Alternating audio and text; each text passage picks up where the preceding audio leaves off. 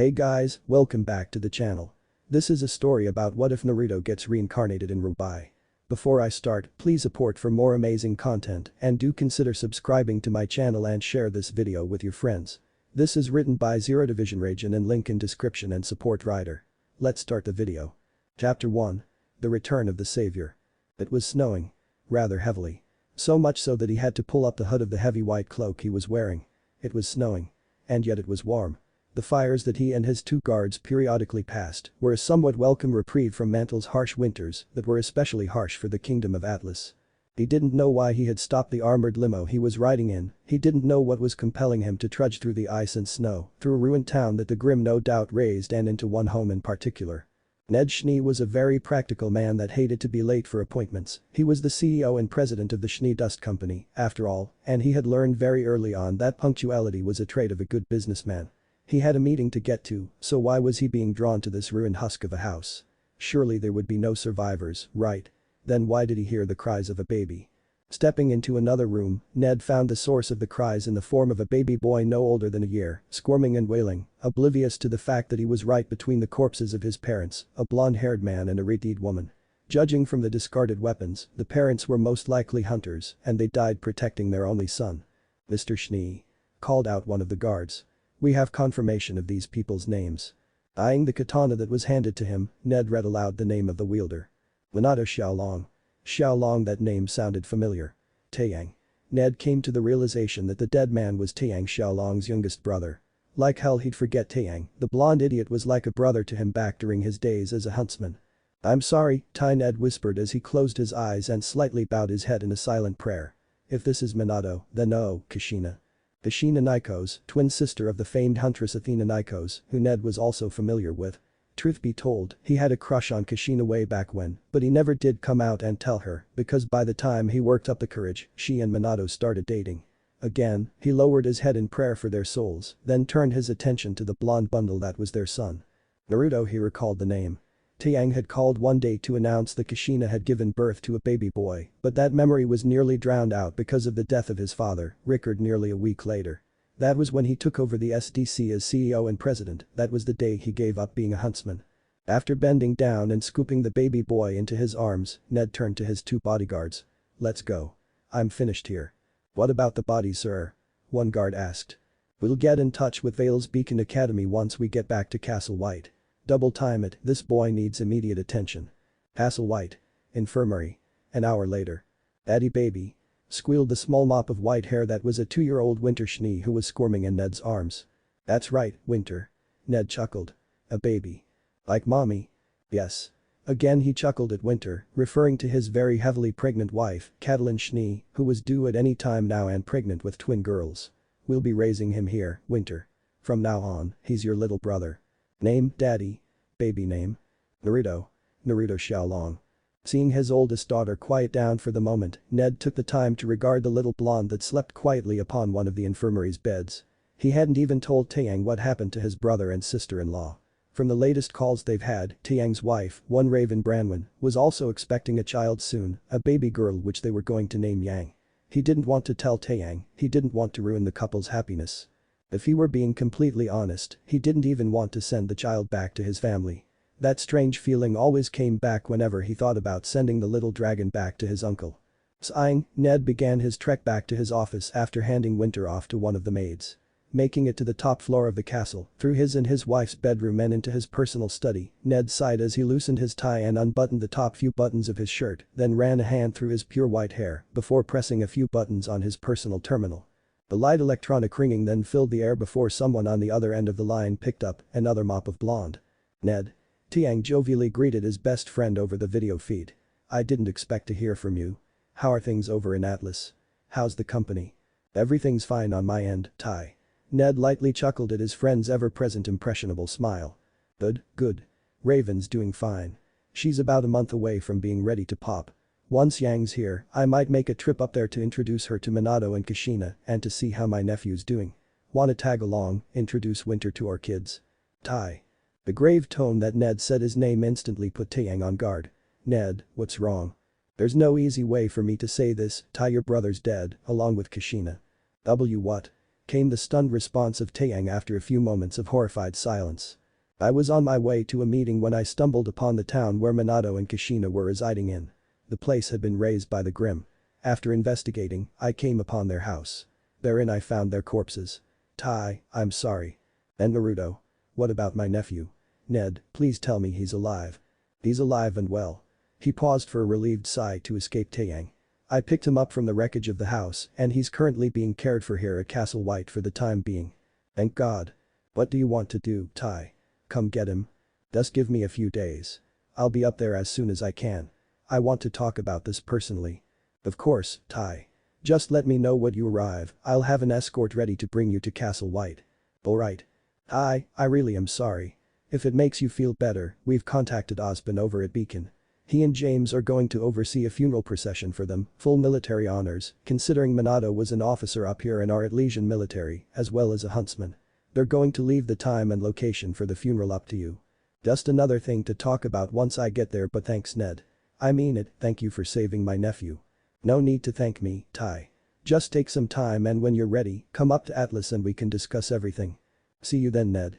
Ned then ended the call and released a heavy sigh as he leaned back into his seat, brushing a hand through his white hair once again. Ned. Screamed a woman, Catelyn. Pat. Ned exclaimed as he rose from his chair and ran into the hallway, where he saw his wife clutching her belly. They're coming, Ned. Kat screamed in pain. Someone get her down to the infirmary now. Ned hollered out, getting a few passing maids to help her down the flights of stairs to the infirmary. Castle White. 4 days later.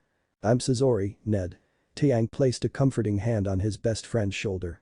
The pair were standing outside the waiting room of Castle White's infirmary, looking through the glass partition into the actual infirmary where Kat was nursing a baby girl with white hair. Weiss made it, but Aurora died. Ned clenched his fists. Why, Tai? Why did this happen? Nothing that I'll say can make the hurt go away, Ned. Only time can do that. Treasure the fact that Weiss made it through perfectly fine, mourn Aurora, but don't let this grief control you. This week has just been a week from hell, Ned bitterly muttered. Damn it. He then threw his right fist forward into the wall, which only served to wake a sleeping Weiss up. The sounds of a very unhappy baby Schnee filled the infirmary, where another baby's cries soon joined Weiss's. Naruto had joined in when he was in turn woken up by Weiss's screams. On cue, one of the maids made to scoop Naruto up to take him out of the room, but Kat stopped her. Give him to me. She softly said with a small smile. Miss Schnee? The maid asked, bewildered. Give him to me. Please. Kat repeated herself, her smile never dropping. Nodding her compliance, the maid gently handed a still crying Naruto to Kat, who adjusted to having to care for 2 babies at the same time. After readjusting herself, she began to hum a soft tune to the 2 babies as she gently rocked them back and forth. Ned and Taeyang looked on in stunned silence as the 2 babies gradually began to cry less and less until they both were lulled back into sleep in the arms of Kat, who was now crying, but she nonetheless still hummed her tune. Ned Taeyang breathed out. She just. Pat, you, Ned managed to say as a lone tear streaked down his face. Tai, I know he's your nephew, but can we keep him? Ned. Pat seems to have latched onto him as a substitute for Aurora. Caring for him seems therapeutic to her. Tai, please. I know it's a rather sizable request, but Kat seems to have taken him in, to have accepted him. For her sake, Tai, can we keep him? Taeyang then began glancing between Ned and Kat as if weighing his options. Just take care of him, Ned. He finally said with a sigh. Keep me updated on his progress, let Raven and I visit from time to time, I don't want him to lose track of his family. It goes without saying, Tai. Then you can have him. Raise him properly. Make sure he's a good brother to both Weiss and Winter. He's all that I have left of my little brother Ned. It goes without saying that I want him well taken care of. Of course. And also, when it comes time, send him to Beacon should he wish to become a huntsman. I trust James, but you, Minato, Kushina, Raven, Summer and I all went to Beacon. I want him to go where our family's past and current generations have gone. Can you do that for me? I swear, Tai. I swear I'll send him to Beacon should he show interest in becoming a huntsman. Then that's all I ask. They both heard Kat begin to sob. Ned. She called out to him, prompting he and Taeyang to run into the room. Naruto, he said Mama. But that's good, Kat. Now all we need to do is put a dictionary in front of him and he'll be debating politics in no time. Taeyang joked. Thank you, Tai. Ned whispered to his friend. This means more to her than you can possibly imagine. I know he's in good hands, Ned. Taeyang responded with a smile. Naruto Xiaolong would, from this day onward, be known as Naruto Schnee, raised as the second oldest of the Schnee children. Little did Ned know that he had just adopted a legend reborn. And little did he know that he had made the fateful decision to raise said legend. Naruto Uzumaki was back, having been reincarnated through Asura's chakra. Was Remnant ready for the return of this hero?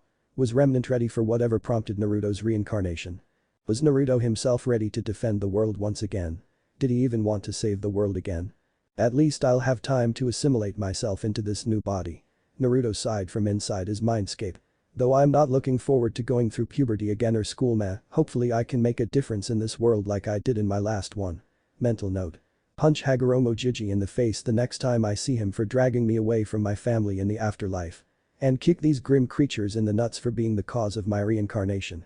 Calm down, kid. Came another voice. Asura. You're here as well. I'm Indra, brat. Don't compare me to my little brother.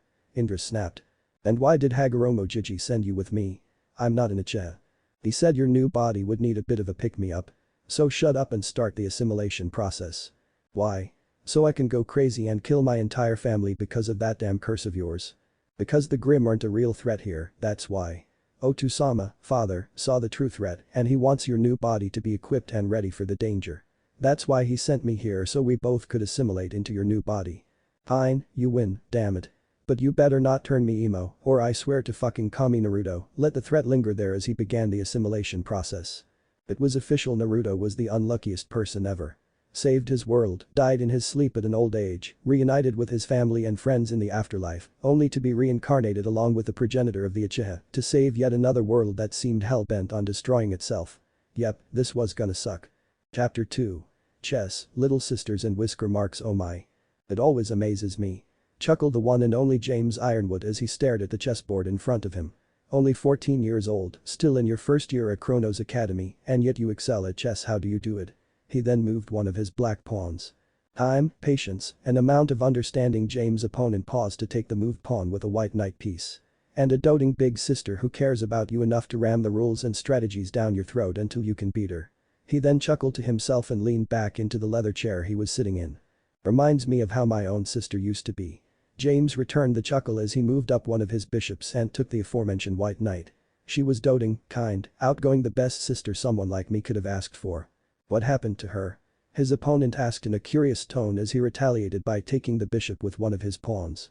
Oh, nothing. She's running a quaint little restaurant in Atlas City. I try to make it down there every once in a while, but as you know, being both a headmaster and a general takes up most of my time.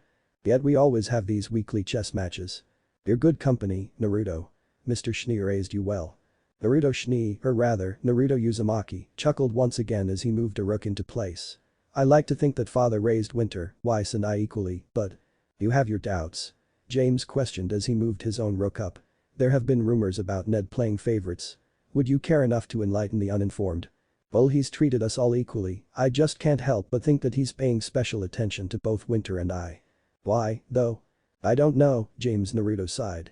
Winter is the oldest of us three, so I can see why he'd pay attention to her, but in my case I'm a Schnee by name only, so I don't know why he'd even bother. Even if you aren't a Schnee by blood, you're still Ned's adopted son, and he still loves you as if you were his own child. James offered as his attempt to comfort his young friend. Besides, greatness is still in your blood. You were Minato's child, and he still stands as one of the best huntsmen the kingdoms have ever produced, quite possibly topped only by two men. Crow and Oz. Say what you will about Crow, he is damned good at what he does, and Oz. James paused to move his queen. Well, let's just say that Oz is a special case. And to think that I'm going to be attending his academy in 3 years. Naruto nodded as he took James' queen with his own queen. Damn. The headmaster hissed under his breath. Are you even trying this time? You don't want me to answer that. Naruto shot a smirk over to his opponent. Returning the smirk, James was about to move a bishop to take Naruto's queen when the doors to his office swung open in a flash of white. Naruto? A voice called out to him. Yes, Weiss? Naruto questioned as he stood from his seat and approached his little sister. You're late. She pouted. You were supposed to spend the day with me. Take me shopping. Show me how to unlock my aura. Well, as you can see, Professor Ironwood and I haven't finished our chess game yet. Can you wait a little bit longer? Can the game wait? I really want to unlock my hey. Naruto had interrupted her by tapping her forehead with his right index and middle fingers. Sorry, little sister. He leveled a loving smile at her. In a little while. I promise. Fine. Weiss huffed with a crimson blush tinting her pale cheeks as she averted her gaze from her brother. Jay just hurried up. And with that, she stormed out of the room as quickly as she arrived. "My apologies, General, Mr. Schnee," apologized one of Ironwood's advisors. "I tried to stop her from interrupting, but she demanded that she see you, Mr. Schnee." "It's alright," James said from his seat. "No harm done. You may go now." "I must apologize on my sister's behalf as well," Naruto said as he seated himself once again. "I'm trying to break her of her impatience, which is, in turn, testing my own patience. It's a cruel cycle." "At least you're trying to be a good big brother." James smiled as he moved his bishop to take Naruto's queen. "What can I say? Winter set a good example for me." Naruto then suddenly clapped his hands together. "Alright, James. Since my little sister's decided to be impatient, I'm afraid I'm going to have to end this quickly." "And how do you plan on James froze when Naruto moved his last remaining rook into position, putting his king into check. "That's how. Academy reception. 10 minutes later. "Another win for your big brother." Naruto gloated with a smile sent Weiss's way. "You won't be smiling when you're stuck with me for the rest of the day, Naruto." Weiss huffed and sent a retaliatory indignant stare towards her big brother. "Remind me to work on your attitude as well as your impatience. At this rate, you'll never find a boyfriend." Naruto sighed in mock bitterness while leaning out of the way of a smack that was sent his way. "Also, you're still too slow, oh baby sister of mine. How dare you dodge my attack, you fiend. You tried to slap me, Weiss." Naruto deadpanned. "That's not very nice, you know," he added with a smirk while waggling his right index finger at her. "Impetuous mongrel." Weiss hissed in annoyance as she turned away from her brother, seemingly mad, then stared back at him through the corner of her eye with a genuine smile etched upon her features. "You're still my princess, little sister." Naruto returned the smile as he turned Weiss around to face him, his hands resting upon either of her shoulders. "And nothing in this world will ever change that. You don't just suddenly say things like that, you idiot." The blush returned to Weiss's face as she looked down and away from her brother so as to not look upon his face, which was filled with nothing but love, a love which was directed at her. A love which she returned wholeheartedly, despite the things she may say or do to him. "Can I not show my own little sister the love I have for her?" Naruto asked in mock hurt defeat.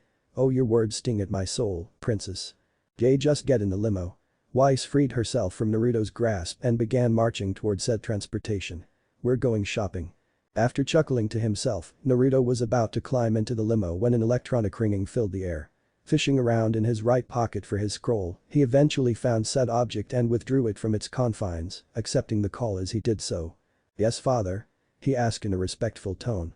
Meanwhile, Weiss couldn't hear what was being said, but she knew that whatever their father had told him made Naruto very happy, evident when a smile spread across his face as his gaze shifted over to his sister. "Happily, father. We shall return home post-haste." "What was that about?" queried Weiss as her brother settled into the limo in the seat to her right.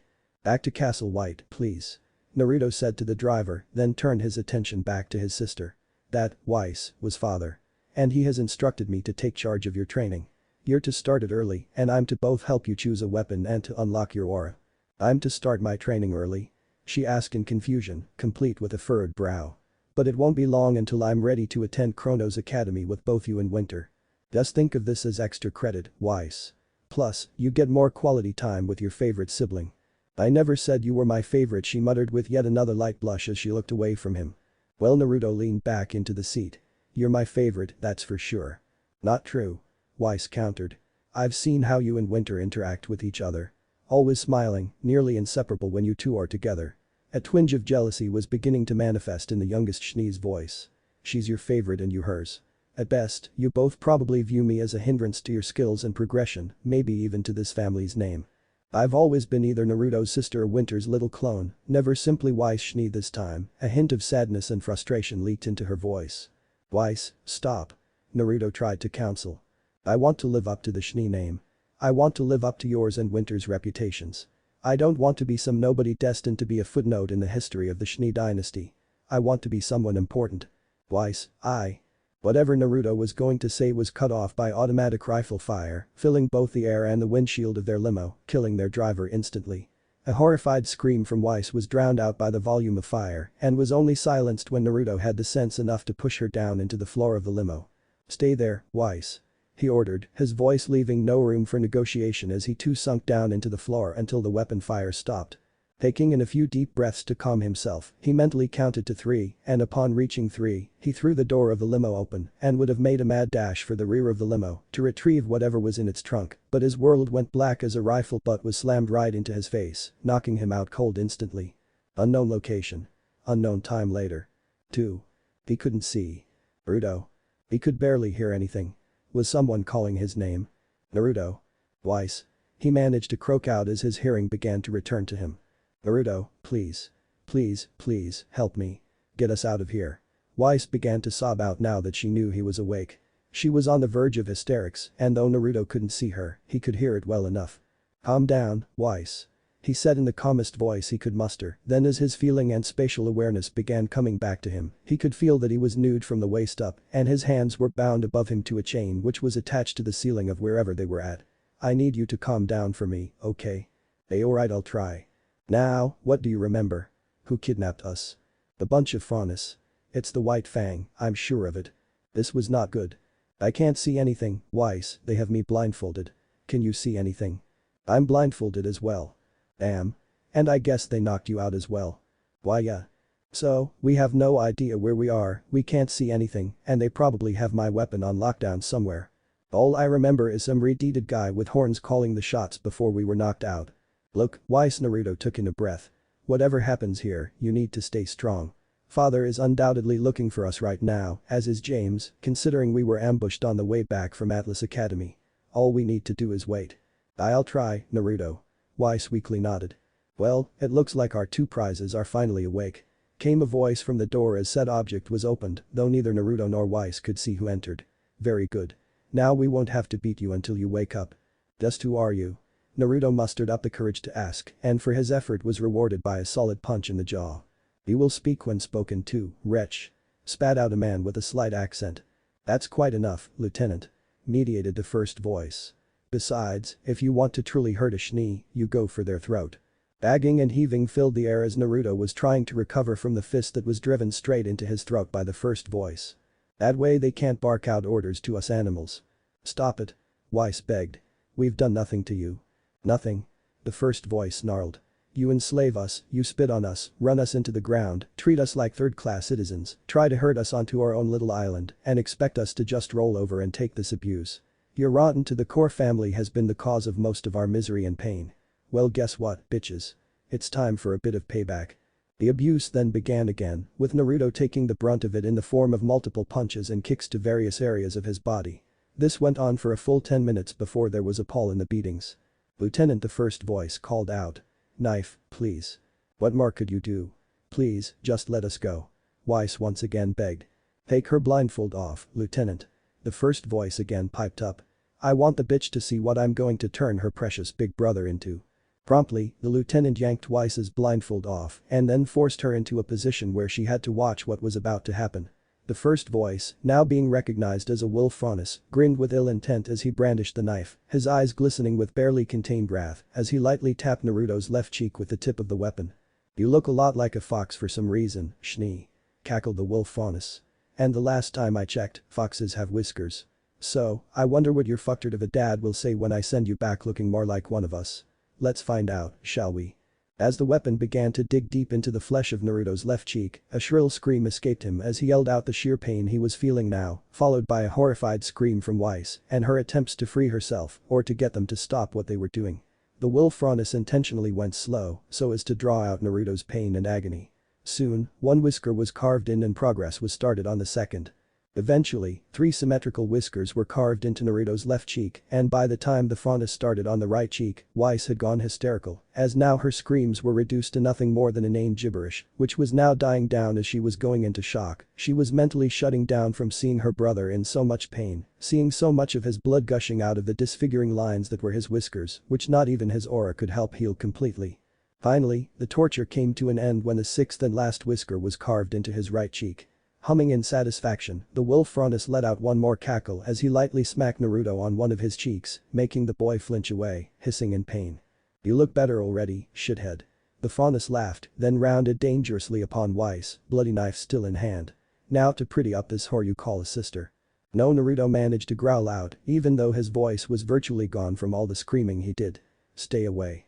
Eh? You plan on stopping me, fucker. Huh. Stay away from her. A sizzling sound then filled the room when steam seemed to leak out of the six whiskers and after a moment they seemed to be closing, as if being rapidly healed. True to the suspicions, the grotesque wounds did indeed heal up, leaving behind 6 scars in the form of the previous gashes, which ironically enough did indeed look like whisker marks. After flexing his hands a bit, Naruto easily broke the steel bonds that were holding him to the ceiling and fell to his knees where, still blind, he managed to not only block a downward stomp from the lieutenant but threw the hulk of a man off balance, then drove him back first into the far wall after a powerful haymaker. So very weak you all are, Naruto drawled, his voice now back to its normal octave.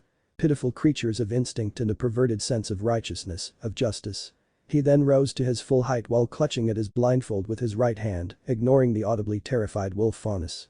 Your petty beliefs originate from the basis that you and you alone have suffered in this world when there are others out there who have it much worse, fools, every last one of you.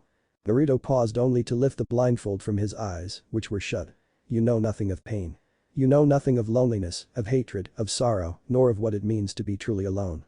Despised because of who and what you are. You are but mere children in your way of thinking, and your ideology is nothing short of laughable. You choose to take out your insecurities on people you know can't fight back because you know that when it comes down to the wire, you all can be wiped out with just a snap of a finger. With a smirk, Naruto snapped his own fingers as he slowly opened his eyes to reveal a fully matured Sharingan, its 3 tomo spinning rapidly as he and the wolf faunus locked gazes. No. The wolf faunus began to scream. No. No. Brown in despair. Naruto's voice then took on a deeper, darker octave as his normal blonde hair began to darken at the tips, turning pitch black. Let your mind be broken by my genjutsu and wallow in your own fears for all eternity. Disappear and bother me no more. As if on cue, the man screaming came to an abrupt halt as he clattered to the floor foaming at the mouth, eyes rolled into the back of his head. Such a sloppy dance. Naruto clicked his tongue at the brain-dead faunus as he blinked his eyes, his Sharingan disappearing back into his now cold black eyes as he did so. He then turned to his now unconscious sister and regarded her for a moment. Weiss? He asked, his voice now its normal octave once again. Way he would have repeated her name, but a sudden pull in his brain rendered him speechless and he began a quick descent to the floor. His world went dark once again. Hasselwhite. Some time later. Ned. Came a gruff voice. Ned, he's waking up. Ouch, Naruto groaned as he sat up in his bed. Everything hurts. Take it easy, kid. You've been through a lot. Wait, Naruto recognized that voice. Uncle Crow. The one and only. Crow sent a smirk down to his nephew. You and your baby sis were in quite the situation when I showed up. You're lucky I was in the area when the report went out that you and she were kidnapped. I carved my way through that base and when I got to your cell, I found a big guy who was all but hanging out of the wall, a man who looked like he died of a stroke and you and your sister both unconscious. I don't know how you freed yourself, but that's the only thing that saved you too. Why? Naruto looked away from his uncle. You haven't said anything about these yet. He then gestured to his whiskers.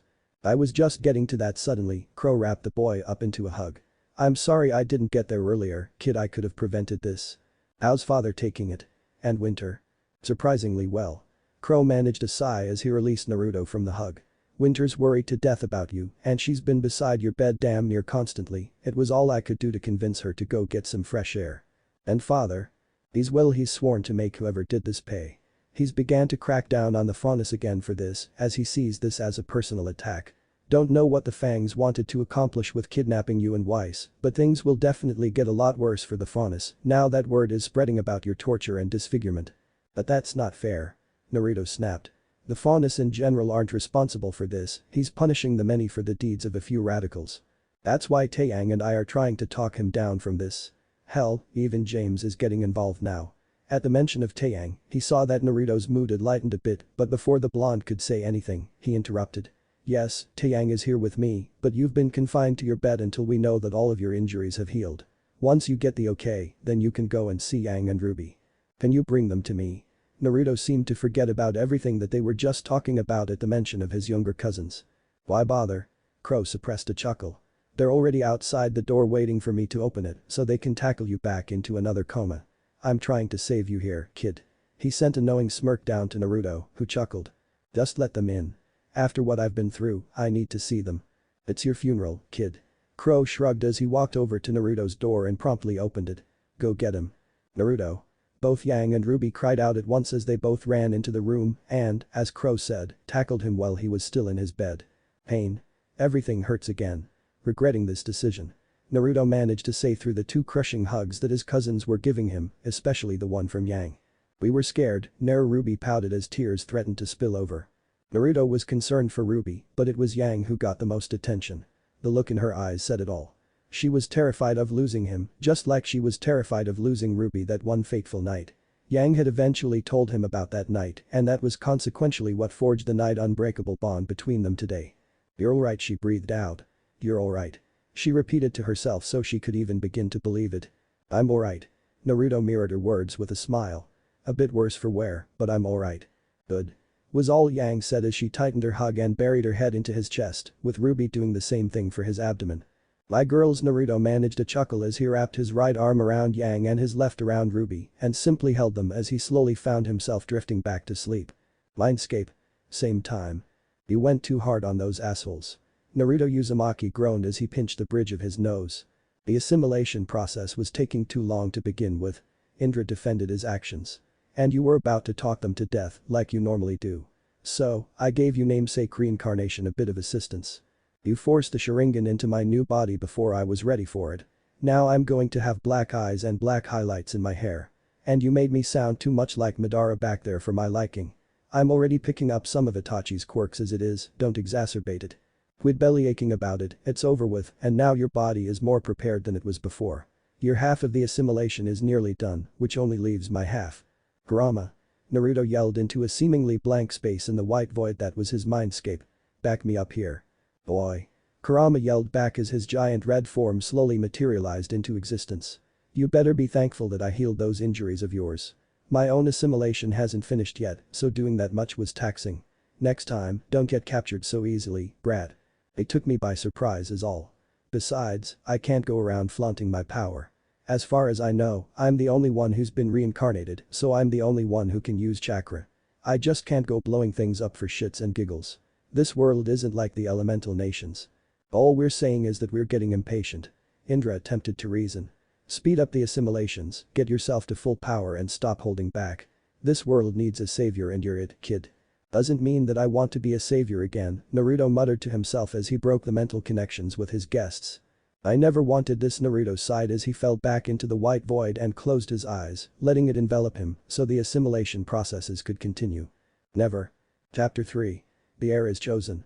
"Damn those eyes of yours," growled the one and only James Ironwood as he stared down at the chessboard in front of him, opting to ignore the ominous red glow coming from his opponent's eyes in the darkened office.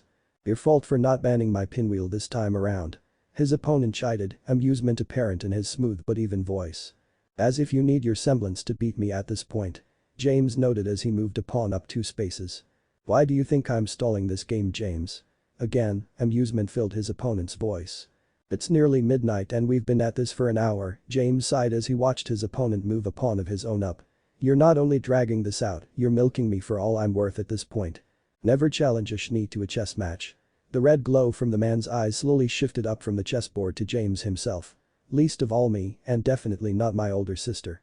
I thought you could beat Winter at this game, Naruto." In front of him sat Naruto Schnee once again, this time at a healthy 17 years old. Ever since his run-in with the White Fang and the gaining of his scars, Ned had spent extra time, money and resources to optimize his personal security force and had spent more time and effort on both Naruto and Winter's training regimens, even though they were already enrolled into a combat academy. Now, 3 years later, Winter had graduated early from Atlas with top marks and was now proudly serving James as one of his personal guards and confidant, while Naruto was preparing for his first year in Beacon Academy in a few days' time. This abrupt change in physical appearance had somewhat shocked the Schnee family, as well as Crow, Taeyang and his daughters, but was soon written off as Naruto's semblance, manifesting itself due to the extreme conditions he found himself in during the spat with the White Fang, which, in turn, did nothing but exacerbate the racism within the Schnee family as a whole. Naruto, however, did not hate the Faunus. The White Fang, sure, but he understood that they alone were responsible for what happened and not the general Faunus population as a whole. In the following 3 years, the integrations with Indra had completed, while the integrations with Kurama had made significant headway, which in turn gave Naruto access to most of his previous body's power and abilities, but not all. One thing was for sure though, his fashion sense had improved dramatically.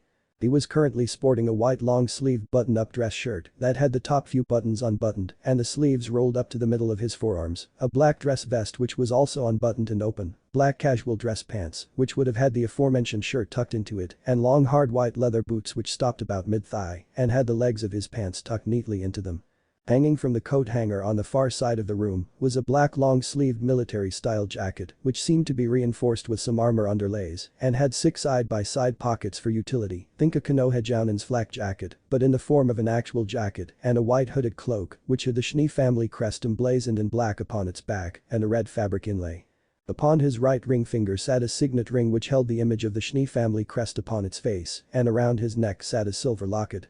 Well, I would be playing her instead of you right now, but Naruto sheepishly scratched the back of his head while sparing a glance over his right shoulder to the far corner of the room and smiled lovingly. Curled up on the couch in the far corner of the office was none other than Winter Schnee, dressed in her usual attire sans her long coat and white pants, in place of her armored leggings, basically what she's wearing right now in volume 3, minus the coat and leggings. A soft snore escaped her as a passing cloud moved out of the way of the broken moon of Remnant, casting her in its pale glow. You know, James smirked as he moved a rook into place. That's a look that holds more than sibling love. Oh oi. Naruto stuttered as his attention returned to his friend in the game. We're nothing but siblings. And she's already graduated and part of your personal entourage. Even if we weren't siblings, she's way out of my league. How do you know? James shot back, his smirk not faltering. Have you ever tried admitting your feelings? What feelings? No feelings here. Naruto denied with a vigorous shake of the head as he took the rook with his queen. My point exactly. James chuckled as he moved his own queen up. And I believe that's checkmate. Damn you and your distracting antics. Naruto grumbled as he stood to his feet with an indignant look. Should have never deactivated my pinwheel. Time for your bedtime it seems, little boy. James decided to rub in his victory just a bit and the response he got was a middle finger from Naruto as he walked over to the coat hanger and proceeded to slip on and zip up his jacket, then clasped his white cloak on.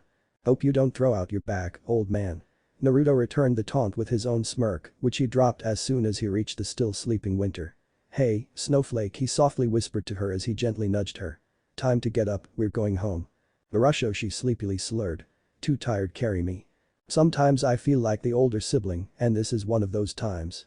He sighed through a smile as he gingerly plucked her from the couch in a bridal carry and had to suppress a blush when he felt her nuzzle into his chest with a contented smile. She trusts you, Naruto. Came James' voice as he finished resetting the chessboard. She's all business with me and her subordinates, but as soon as you walk in, her armor lowers and her heart of ice melts. She only shows this side to you and no one else. And some days I wonder if I'm even worthy of this kind of trust. Weiss trusted me to protect her, and we were kidnapped by the Fangs. And despite that little episode, she still trusts you implicitly, as you're still her older brother. But Winter. She's always trusted you and has always been there for you. Remember how worried she was after the Fang incident? She literally worried herself sick over you. Just what are you getting at, James? I guess what I'm trying to say is take care of her. She may put on a tough showing for me and the rest of Atlas, but this, he gestured to the girl in question. This right here is her true self, and she's trusting you. I'll try my best, James. Naruto resigned. I always have and I always will, especially when it comes to her. And with that, he took his leave. Castle White. Some time later. As Naruto trekked through the halls of his family's home, he noted the smiles adorning the faces of the maids and butlers he passed while still carrying Winter in a bridal carry.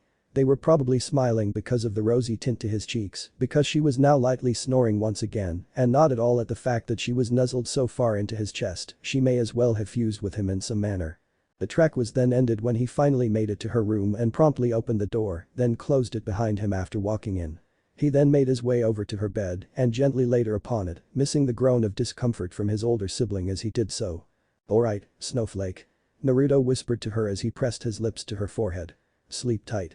He had already turned on his heel and was about to open the door when he heard something mumbled. Winter? He asked with a furrowed brow as he turned to her to see her piercing light blue eyes staring at him through the darkness of the room. Stay. She whispered back to him. I only have a few more days with you. Please, Naru, stay with me, just for tonight.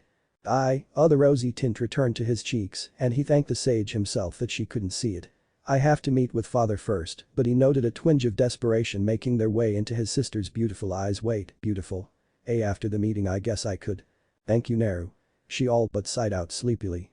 Before the situation could become even more awkward, Naruto let himself out of her room and rested against the door for a few moments to recompose himself before beginning the walk to his father's office.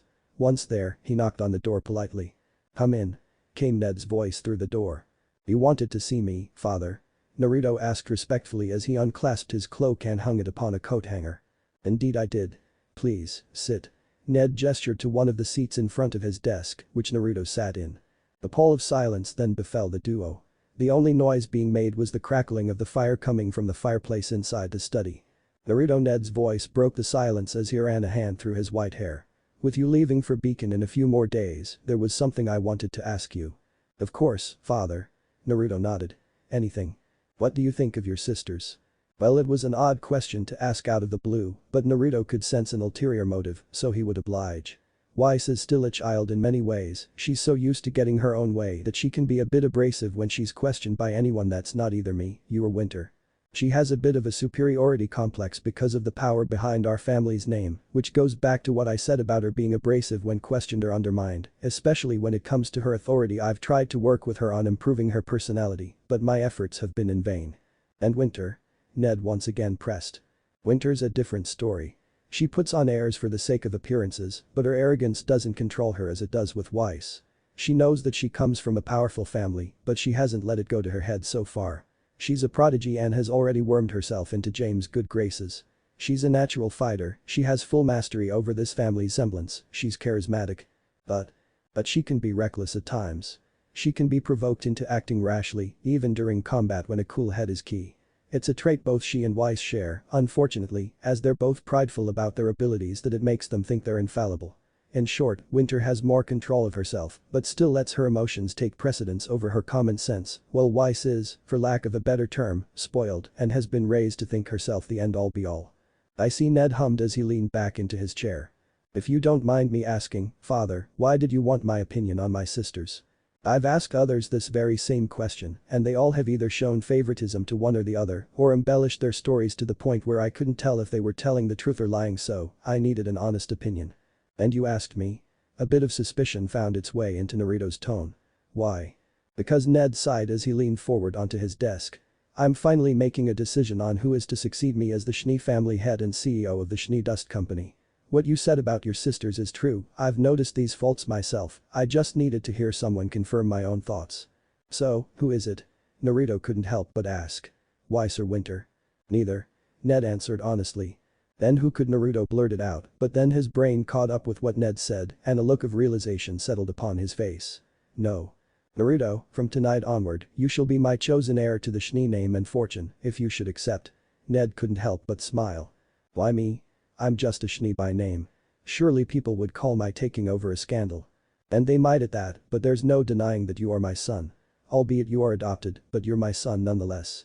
I would choose Weiss, but as you said, she's arrogant and spoiled into thinking that she deserves the title." "And Winter?" "She's Atlesian military through and through. I can't ask her to lay down her loyalty to the kingdom in favor of the family. She's fiercely loyal to this family, but the kingdom has always come first for her, and it always will." I ask again. Why me? You're honest, very intelligent, kind, brave, a model citizen of Atlas, you graduated at the top of your class from Chronos Academy, you're a prodigy on par with some of the best huntsmen, and you have the potential to surpass even your Uncle Crow. You're charismatic, a natural talker. But most important of all, your name hasn't gone to your head like it has with your sisters. You don't want to be my heir, which makes you the natural choice. Naruto, I know that you will do great things and bring prestige to this family not seen since my father created the company. And Naruto mirrored Ned's previous action and ran a hand through his black highlighted blonde hair. Can I think about this overnight and give you an answer in the morning? Please do. Take your time. Ned nodded as Naruto stood to leave. But I will expect an answer by tomorrow morning. Understood, father. Naruto nodded as he exited the office and once again rested against the door. The things I get myself into, he said to no one in particular as he once again recomposed himself, then made his way to his room, where he changed into a white tank top and some black lounge pants, then walked back to Winter's room and entered and blushed once again. Sprawled out on her bed was Winter, wearing nothing but a black spaghetti strap camisole, which contrasted nicely with her pale skin, as did her simple black panties.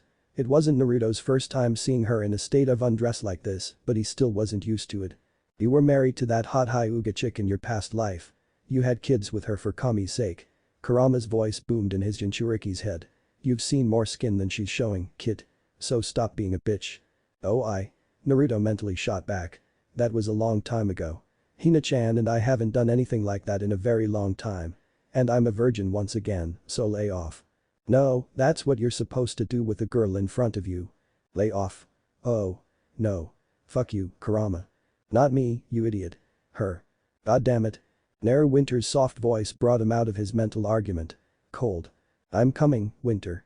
He sighed out after cutting the connection with his Bijuu, then slid into bed next to her. What did father want? She asked as she snuggled into him for warmth. Opinions of both you and Weiss. What for? She yawned. The Naruto paused only to blush at the feeling of her breasts being pushed nicely into his left arm as she hugged it. He wants to make me heir to the company. Take it. She instantly said, without hesitation. Why, though? You're the oldest and the better choice, in my eyes. Naruto. The firmness of her voice signaled that all signs of sleep were now gone and she was alert. Take it. I don't want it and Weiss is nowhere near ready. You're perfect for the position. You're not a Schnee by blood, but I don't give a damn. You're my baby brother, you're my best friend. She paused to run a hand over his scarred cheeks. You've been through hell in a handbasket and come out a better person if that were even possible. You're all around amazing and I could think of no one better to lead the company once father steps down. You really think that much of me, Snowflake? He asked and barely caught the tint of red adorning her cheeks at the affectionate pet name he had given her. That and so much more, Naru. She nodded with a smile. My advice is to say yes. And my order as your superior officer is to say yes. Got that, soldier? She playfully added as she laid her head upon his left shoulder. Understood, ma'am. He returned the gesture with a mock right-handed salute and a foxy grin. Any other orders? Be a good pillow and don't move. She mumbled. The comfortable silence then filled the room before Winter's light snoring filled the air once again, which brought a smile to Naruto's face. He leaned down and kissed her upon her forehead one last time before settling in himself, the sound of her snoring lulling him into a blissful sleep. The next day. 8 a.m. I accept. Naruto said, confidence evident. Not surprised in the least. Ned commented as he leveled a smirk at Winter, who was standing next to her brother. Thank you for the intervention. I have no idea what you mean, father. Winter waved it off with a knowing smirk. Of course you don't. Ned deadpanned. Not like the maids walked in and found you two all but glued to each other. We just slept soundly, that's all. Naruto tried to defend himself and his sister. Of course. Ned waved it off with a suggestive tone in his voice. Now, Naruto, the airship to take you to Vale will be leaving tonight, so I expect you to put your affairs in order today and tie up any loose ends you have here in Atlas. It goes without saying, father. Naruto nodded. Oh, and at least spend some time with Weiss before you leave. She's going to have to go a year without you, after all. Naru and I were planning on spending the day together, Winter began. But we can squeeze in some time for our baby sister. Naruto finished for her. Good. Winter, before you and he head out for your date together, do you mind running a message by Atlas Academy for me? Not at all, father. Winter shook her head, then took the sealed envelope from his hand and walked out of the office. And before you leave, let me say just this, Ned began as his attention fell to his new heir. I can see what's going on between you and Winter. I've known for a long time. 4 years I've watched you two dance around each other and I'm up to here with it. He vaguely gestured to his forehead with his hand. Father, whatever could you mean? Naruto weakly asked. I have no problem with any kind of romantic involvement between you two. You're not blood related, so it should cause no problems ethically. In fact, this could help strengthen your claim as my heir if you were to pursue her. I need time, father. Naruto admitted. This time away from her and Atlas will do me some good, it will allow me to work out my feelings and hopefully give me a chance to gather the courage to say something. I understand, son. I was the same way with Kat, God rest her soul. Ned sighed sadly at the memory of losing Catalan 6 years ago. Just know that you have my full support no matter what or who you choose. Thank you, father. Naruto inclined his head in a bow. Hasselwhite Courtyard. Hours later. Too slow, Weiss. Naruto called out as he swung his practice sword down onto his little sister, knocking Mertenister out of her hands, which opened her up for a straight heel kick which sent her flying backwards into the dirt. Concentrate. Keep your eyes on me and not your footing. I'm trying. Weiss shot back with fire in her eyes. If this is what you call trying, then you're never going to make it as a huntress. Naruto returned with equal heat. I'm leaving for Vale in a few hours, so I wanted to get in one more practice session with you, but you're not up to your usual standard and it's pissing me off. Try, damn it. Then how about you drop that training sword and use the Silver Sonata? Get serious with me and stop toying with me. I'm not a kid anymore. If that's what you wish, then very well. Naruto then tossed the training sword aside and reached for the katana sheathed at his hip. Said katana had black wrappings over a pure white ray skin, a silver pommel and a silver guard shaped into the Schnee family crest. Its sheath was pitch black and also held a small Schnee snowflake carved into it in white right under a white crescent moon. Under the guard was a trigger which Naruto's right index finger was looped around. When he gave the weapon a tug and unsheathed it, the blade was revealed to be a pure silver color with a razor-sharp edge.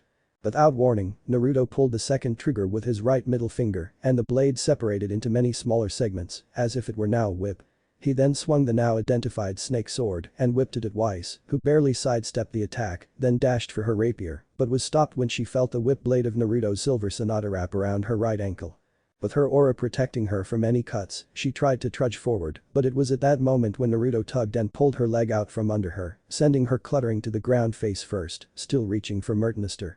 The whip blade then untangled itself when Naruto suddenly pulled the trigger once again, and with a rapid series of clinks, the blade pulled itself back together before he rushed forward and pressed the tip of his katana to the base of Weiss's skull, just as her hand gripped the hilt of her rapier. "You lose again, little sister." Naruto called out as he sheathed his katana and offered a hand to Weiss. "Why?" she asked, her voice a whisper. "Why what?" Naruto asked quizzically, his brow furrowed in confusion. "Why did father pick you?" she asked as she craned her head backwards and glared at her brother. "Why you? Why not me?" "Ah," Naruto hummed as he withdrew his hand. "You've heard then." "Of course I have." She swiftly stood to her feet. "How could I not have heard that my dream has been crushed? My goal was to be named heir, so both you and Winter would recognize my development, but I'm still in your shadow." "Weiss, please. I'm never going to be my own person, am I? I'm never going to grow out of your shadows. Weiss. I am SCNHEE. I deserve better than this. And to think that you were chosen over me is insulting. You're nothing but a pretender, not worthy of the Schnee name." "You don't mean that," Weiss. Naruto cut in once again, his voice now dipping into a low growl as he took the verbal assault. "How dare you talk to me like that?" she raged, now beyond any rational thought. "How dare you take on the Schnee name when you're nothing more than a displaced orphan? There's nothing special about you, so why has father chosen you over me? Why? Because of this shit right here." He finally shot back at her. "You act like this is your birthright and you act as if the Schnee name can get you everything and put you above the law. That's not what this family's name means. How dare. You will listen to this." He snarled as his Sharingan sprang to life in all its glowing crimson glory. "You're too prideful. You're impatient, unable to accept the most minor of critiques. Everything has to be perfect for you, everything has to go your way, and when it doesn't, you throw a bitch fit and yell at everything until it's rectified, and when it isn't rectified, you throw an even bigger bitch fit and threaten to use our family's resources to punish whoever was responsible or whoever you think should be punished." He paused only to stare Weiss right in her eyes, their faces mere inches apart. "Guess what?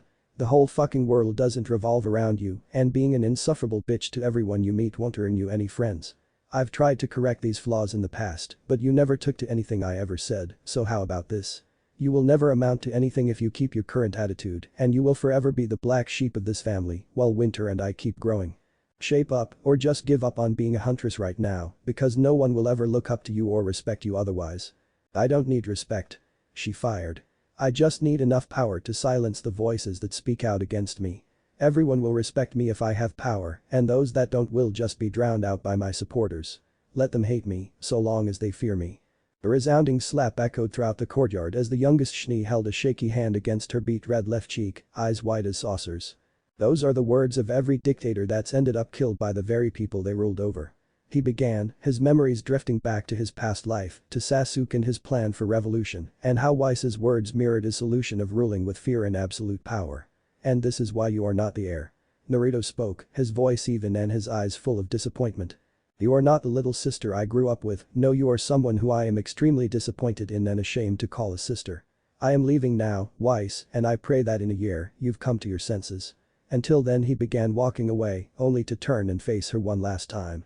"You are no sister of mine." With that, he turned once again and began walking away, oblivious to the tears that were now spilling out of Weiss's eyes as she replayed his words over and over in her head. As Naruto made his way up the landing pad to the waiting airship, his bags in his hands, a small smile graced his features when he saw that Winter was waiting there for him alone, as their father was busy with company matters. He figured. "Be careful." She smiled and embraced him in a hug as he dropped his bags to return the hug. I'll be alright, Snowflake. He smiled back, tightening his hold on her reassuringly. Besides, I'm always careful. You're tense. She noted. What's wrong? Wise Naruto sighed as he pulled away from the hug to look at her. She blew up about my appointment as heir, words were exchanged and I slapped her, then all but disowned her. And you think you've gone too far. She concluded. You haven't. It's about time some form of action was taken and better you intervene than me. At least you're tactful about your punishments. Yeah. Naruto managed a slight chuckle. If you handled it, we'd be on the market for a new baby sister. The sounds of the airship's engines revving got Naruto's attention as he chuckled once again and nervously scratched the back of his head. That going? Winter smiled at him once again as she went in for another hug. I miss you, Snowflake. Naruto returned the second hug, but something held him there, made him not want to break contact with his sister. That father gave me the same speech, he suddenly said. He approves of us. Winter was the only thing Naruto was able to say because of the shock. We don't have to. I know he could practically feel her blush. But in the event that something does happen between us, he approves. Will anything ever happen? I don't know. He said honestly. Let me use this year to gather my thoughts. He removed himself to once again face her. By the time Weiss comes to Beacon, I should have an answer for you. That will suffice. She paused to collect herself. I will also use this time to go over my own feelings. I admit that there's something there, but I don't know what it is. Best to not confuse things, right? Naruto offered, even though they both knew that there was indeed something more there. Precisely. She agreed after a hesitation. Another rev of the engines was Naruto's signal to pick up his bags, which he did, and immediately filed onto his personal airship. See you when the year is up, Snowflake. Naruto called out to her as the airship began to take off. Looking forward to it.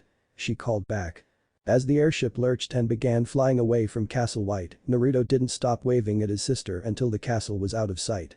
After a heavy sigh, the attendants took his luggage for him and stowed it as he made his way to the luxury lounge that he had all to himself and promptly took a bottle of scotch, opened it and took a swig straight from the bottle. This was gonna be a long flight indeed if he didn't get himself under control. After another swig of scotch, Naruto released one last heavy sigh as he settled into a chair, with thoughts of winter filling his head and one overriding question floating above it all. What am I thinking? Chapter 4. Initiation begins. Hey, isn't that the adopted Schnee? Yeah, I think it is. He's even hotter in real life. I heard that he's the SDC's heir now. And it just happened recently. Such was the conversation that Naruto had the misfortune of eavesdropping on as he tried his best to ignore the eyes that were on him, including the two girls who were sitting at the bar across from him. It was the night before his first day at Beacon and he decided to try and unwind a bit before handing over his entire life, second one, really, over to the world's military that was the Hunters Association. In the lapse of judgment that he was now suffering through, he decided to unwind in a local club called Juniors, where he found, much to his chagrin, a whole host of single, desperate gold diggers, floozies and outright sluts, but that was not to say that the entire host of women were like that, oh no. This must be flashback central for you. Came the voice of a girl to Naruto's right. My condolences. She added with a hint of humor tinging her voice. It isn't that bad. Naruto shrugged and took a swallow of his bourbon, which was on the rocks. Compared to my old life after I helped defeat Kagaya, that is. Don't remind me. I was there, remember? The girl groaned as she, too, sipped on her on the rocks rum. I had to beat back all of the gold diggers with a stick in our past lives, just so you could have a happy ending with Hinata. I don't want to do it again in this world. Hopefully, you won't have to. And hopefully with my reincarnation, whatever evil that was out there's bitched out and I can just live my second life. Why do you think the sage would send me back as well? The girl challenged. Something's out here and he deemed it necessary for you and I to be brought back. Still surprised that I'm not the only one. Naruto then sipped on his drink again. Are there any others? None that I know of. The girl admitted with a sip of her own drink. Would be helpful, but I'm sure that the two of us can take on whatever the universe will throw at us this time around. No one I'd rather have watching my back. Naruto toasted his friend. Here's to our second lives. The girl accepted the toast with a smile. After downing the rest of their drinks and calling for another round, Naruto cut his eyes to his right and smirked upon seeing his chance. You know, he began with a smirk. I'm glad to see that you weren't cursed this time around. I can actually see your Naruto, the girl growled. You just ruined a good moment. Sorry, Sakura-chan, he apologized in Japanese, then continued his sentence in the same language. I couldn't pass it up. And you've come down with a horrid case of pink eye in the second life, Naruto. Sakura replied in Japanese and with a smirk, referring to Naruto inheriting the Sharingan through Indra. Hey, I didn't ask for the Sharingan. He defended. I was all but born with it. And you used it for chess. Oh, if Sasu-kun were here, he'd probably be trying to rip you apart right about now for misusing your eyes. Speaking of Sasuke, do you think he's been reincarnated as well? I doubt it. From what the sage told me before I was reincarnated, he seemed to think that you would have been more than enough. He said that throwing you both back into the conflict wasn't necessary yet. And he also thought that nothing bad would happen if he stayed impartial during the whole Asura interfeud, and look where that ended up. Naruto scoffed and sipped on his now full glass once again. I see you've also inherited some of the Uchiha cynicism as well. Sakura giggled. Maybe he didn't reincarnate Sasuke-kun because you alone have become an amalgamation of both of your personalities. Laugh it up. Naruto smirked at his pink-cat drinking buddy, then cut his eyes at her again as she drank. Her pink hair was as short as it was when they were both 17 in their old lives, and her emerald green eyes still shone brilliantly. He noted that she had already remastered her Byakugo no in, strength of 100 seal, as it was displayed in a bluish diamond in the center of her forehead. She was currently wearing a short-sleeved maroon-red t-shirt which clung to her frame and had the Haruno clan symbol sewn upon the back in white, plus multiple images of sakura flower petals splashed on the front of it, all colored white.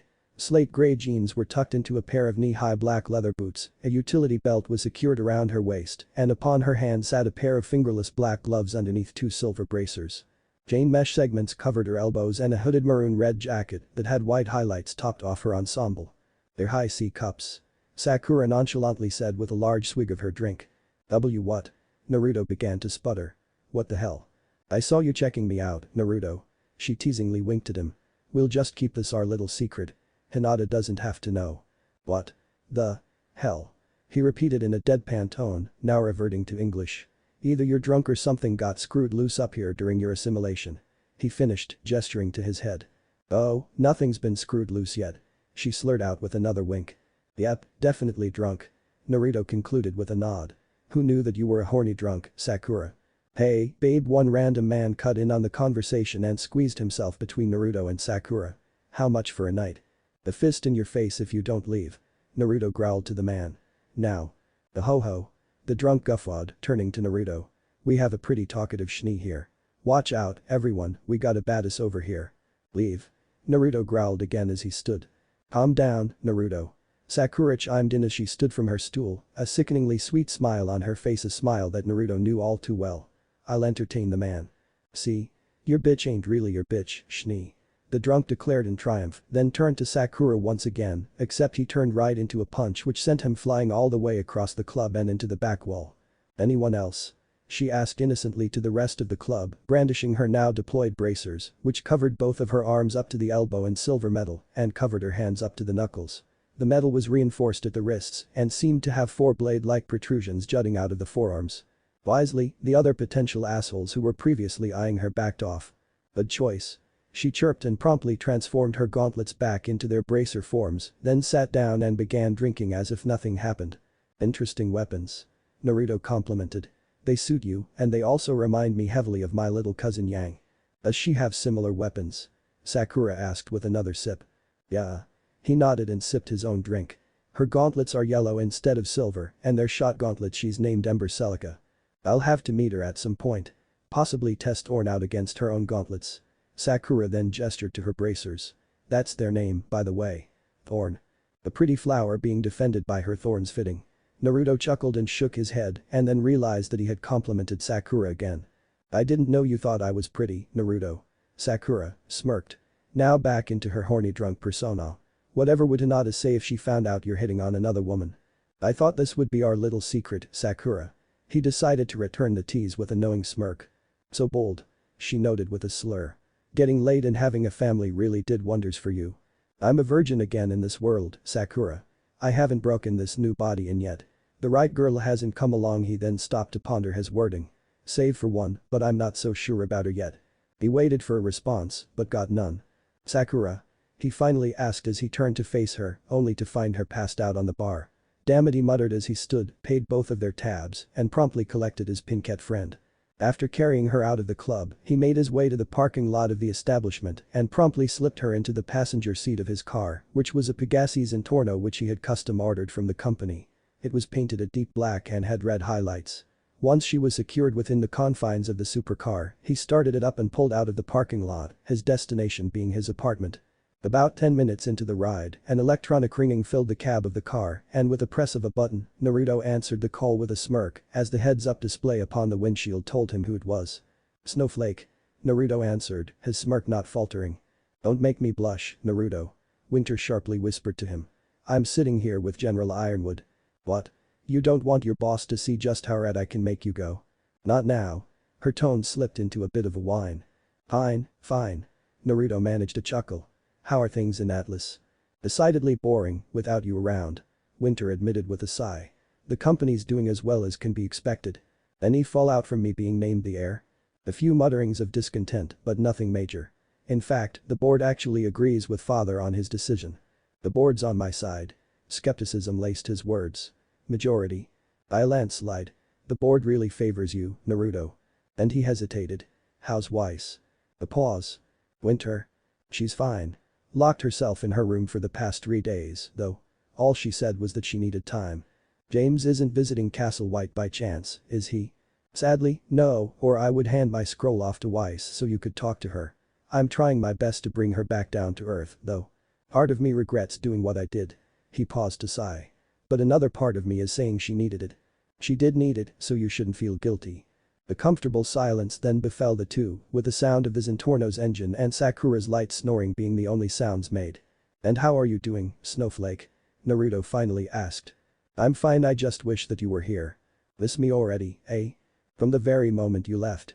"Quit worrying about me, Snowflake, I'll be fine." "I can't help but worry, though. Your initiation is 2 days from now, and if Beacon's initiation is anything like Atlas's, then I have every right to worry. 500 lean says I make it through." His voice was teasing. "The general and I take that bet," she said after a pause and a giggle. "Tell James to be ready to transfer his half to my account." Naruto shared in the laugh. "It's good to hear your voice again, Naruto." Winter sighed. "And I'm sure I've taken up enough of your time." "If it's you taking up my time, I don't mind." Naruto couldn't help but smile at the heads-up display, despite it being blank with a timer telling him how long the call had been going on. "Why, you're talking as if you've made up your mind already," she failed to hide her stutter. "Have you?" Yes. Yes. Yes, say yes, you fool." His conscience all but screamed at him. "Say yes right now, kid." Kurama bellowed. "Why yes. Yes. I don't know," his voice faltered. "You're a goddamn failure, Naruto Uzumaki." His conscience screamed at him once again. "Foolish boy." Indra chastised him. "I'm gonna slap a bitch." Kurama all but raged at the top of his voice, which served to give Naruto a headache. "I see," was all Winter could say before she cleared her throat. "I've taken up too much of your time, Naruto. I'll let you go now." "Yeah." He sighed in defeat. "Goodbye, Winter." He said just as he heard the other line go dead. "I'm an idiot." "You sure are. And I'm gonna smack you the next time you come into your mindscape." Kurama once again bellowed. "You really should say yes." He heard Sakura say, then turned to find her smiling at him. "I can tell, even if I haven't met her, that you two really love each other. There's a reason I'm taking my time." Naruto closed the HUD and pulled into the parking lot of an apartment complex. "And that is?" "My little sister." "Weiss?" Sakura asked with a furrowed brow. "What about her?" She's Hinata's reincarnation." What?" Sakura gaped. That little piece of information was not what she was expecting. "I can sense Hinata's soul within her. I've been able to sense it ever since I began to dabble with my Sage Mode variants. When I first went into my Toad Sage Mode, I sensed that something was off about Weiss's aura. It was only when I began trying to access my 6th-path Sage Mode that I got the full picture. I was only able to enter that Sage Mode once, and when I did, I sensed her, trapped within the confines of Weiss's soul. Weiss was supposed to be her new body, but Weiss's soul was just too much for Hinata to work with, so instead of her assimilating Weiss assimilated her.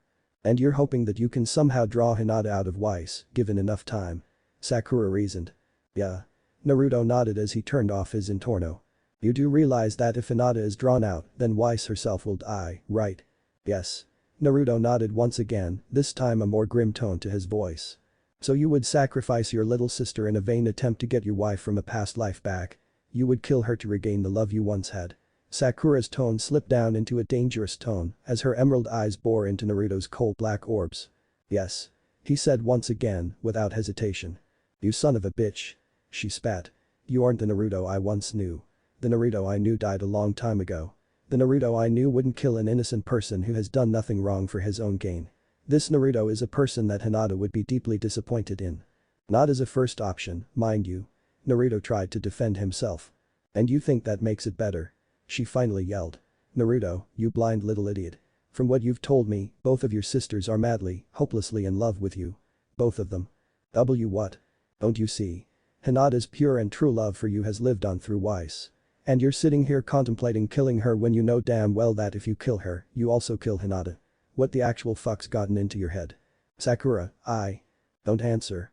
She snapped at him once again as she opened the door and climbed out of his car, her anger drowning out the effects of the alcohol in her system. And don't talk to me for the rest of the night. I'm gonna get a separate room here at your hotel and I'm gonna go to sleep. And when tomorrow comes, you better have rethought your actions. Before Naruto could retort, the Pincat stormed off, leaving him sitting within the confines of his car. Maybe something is wrong with me, he mused after a pause, then sighed. Hagoromo Jiji, why did you have to pull me back in? Beacon Academy. Next morning. To say things were tense between Naruto and Sakura on the ride up to Beacon was an understatement. Neither said anything to the other and only spared minor glances towards each other. Finally, the airship lurched and landed on his designated pad, then the doors swung open. I'm sorry. Naruto finally said as the duo began their trek towards the academy proper. You damn well better be. Sakura huffed as she directed a light glare at him. You went a bit crazy last night and I'm not sure if you were serious or if it was the alcohol. Either way, last night it nearly took us to a dark place. Sakura, we've been to darker places than last night and come out unscathed. Naruto chuckled, then leveled his trademark smirk at her. We'll be able to get through anything together. Careful, Naruto. Sakura returned the smirk with a playful shove. Sasuke might be watching us right now. Let him watch. Naruto waved her blatant teasing off. You're like a sister to me, you always have been. And if he gets jealous because of how close we are, then I'll just fight him as many times as he wants once I return to the afterlife. Hopefully that's no time soon. She added. I want to see what this new world has to offer. Well, aren't you two a sight for sore eyes? A female voice called out to them. Naruto turned around and upon seeing the girl who had called out to them, smiled. Tenten. Ino. Naruto. Ino squealed as she ran right up to him and hugged him, then hugged Sakura. You two as well, huh? Hey. He exclaimed just as Tenten glumped him just like Ino had done prior. Yep. Tenten giggled as she released him from the hug.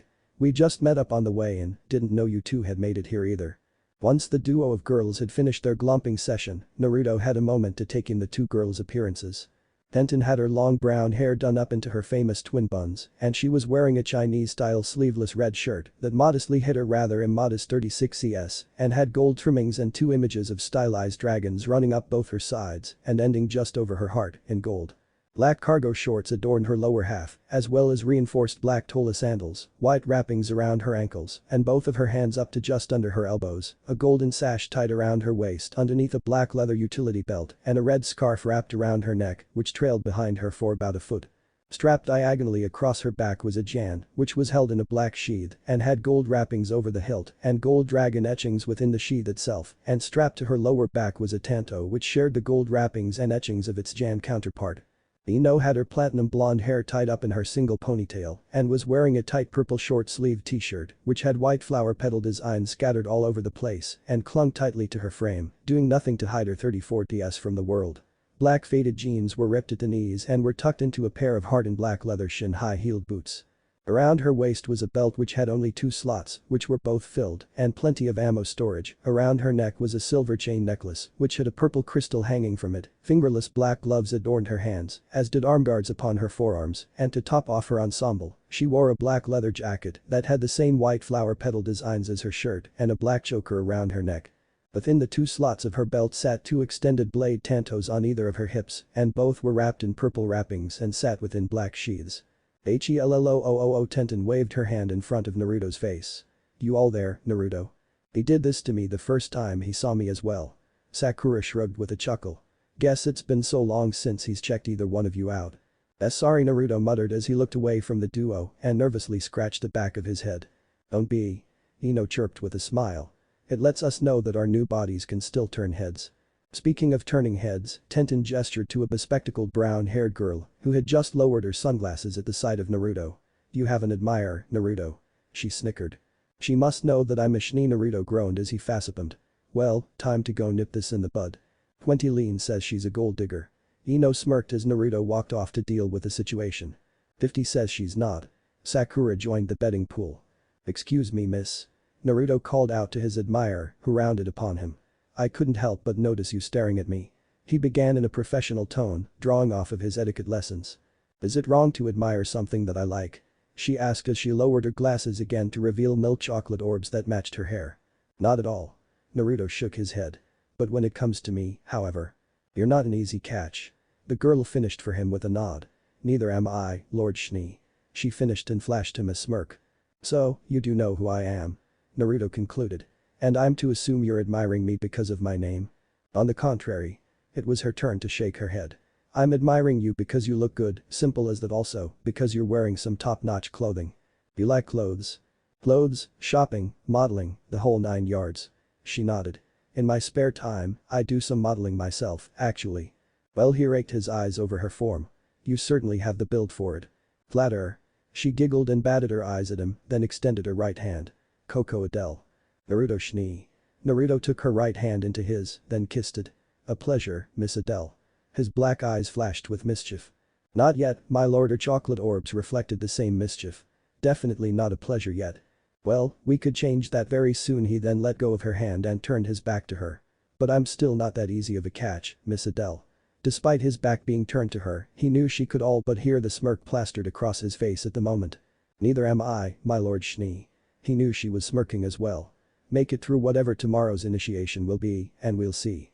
Until then." Naruto threw a wave over his shoulder as he walked away. "Holy shit," Ino said, her cheeks tinted a very bright red, a tint that was reflected upon his other 2 girls who happened to be his friends. "What?" he asked as the 4 began their walk to the amphitheater.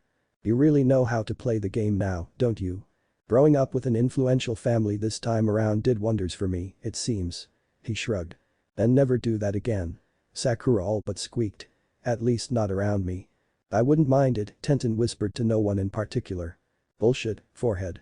Ino shouted at her old friend rival, ignoring what Tenten said completely. "Naruto's welcome to do that any time. That's some quality entertainment. I'm absolutely thrilled that I'm able to put on an acceptable show for you, Miss Yamanaka." Naruto sarcastically said as he and the 4 girls took their spots in the crowd. "You can put on a show for me anytime, Lord Schnee." She all but purred at him. "Good to know that you're still a huge flirt." He chuckled just as the amphitheater quieted down as Osmond took his place upon the stage.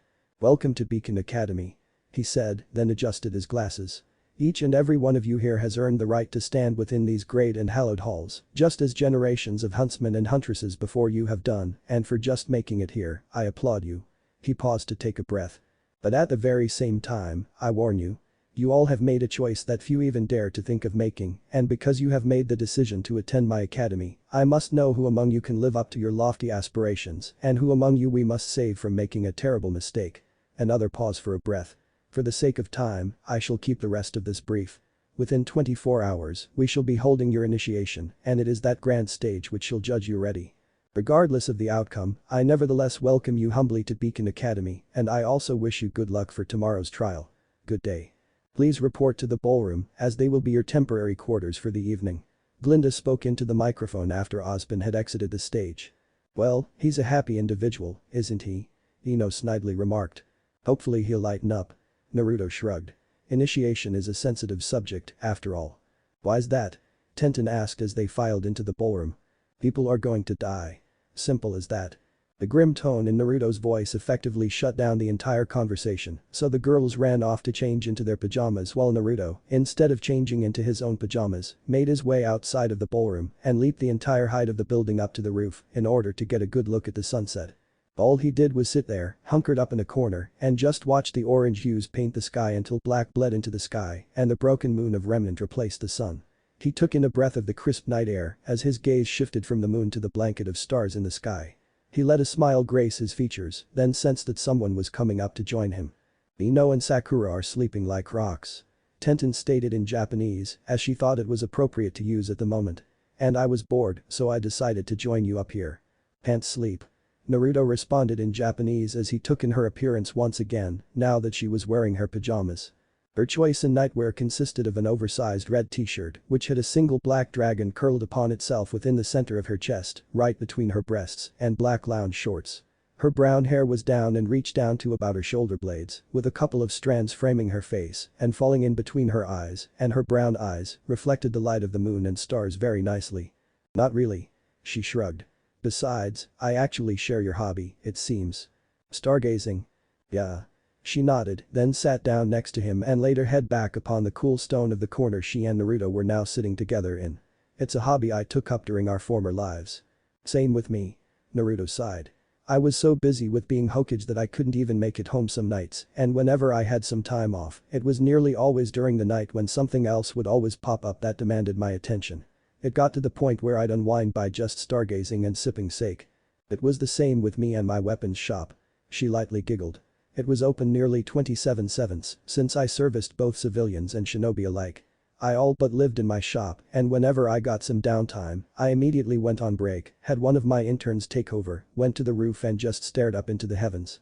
The Hokage's tower had the best view in all of Konoha, I think. It did. She nodded.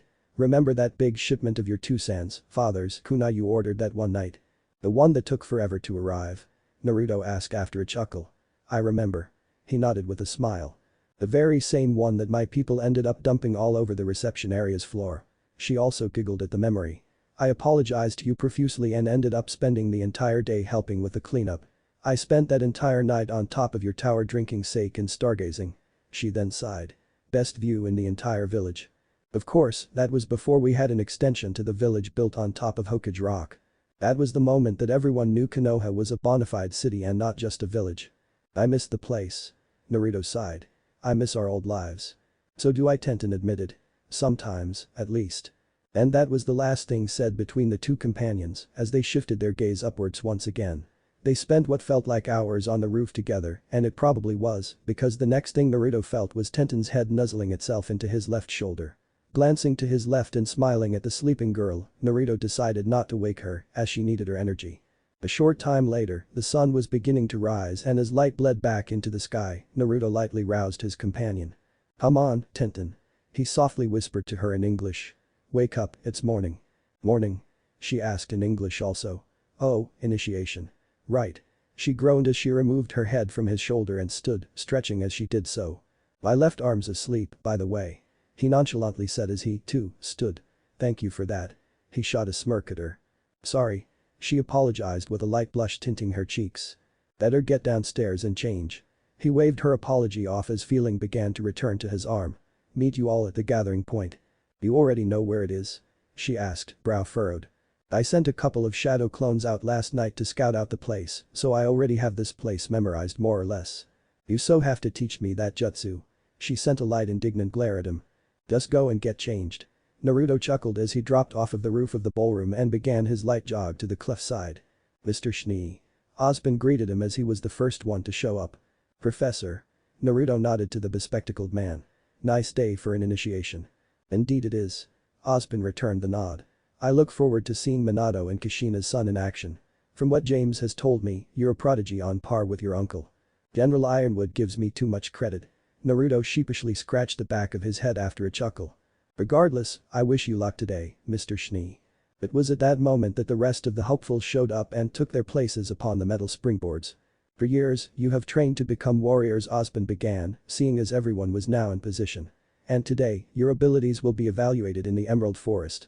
Now, I'm sure many of you have heard rumors surrounding the assignment of teams. Glinda began to explain.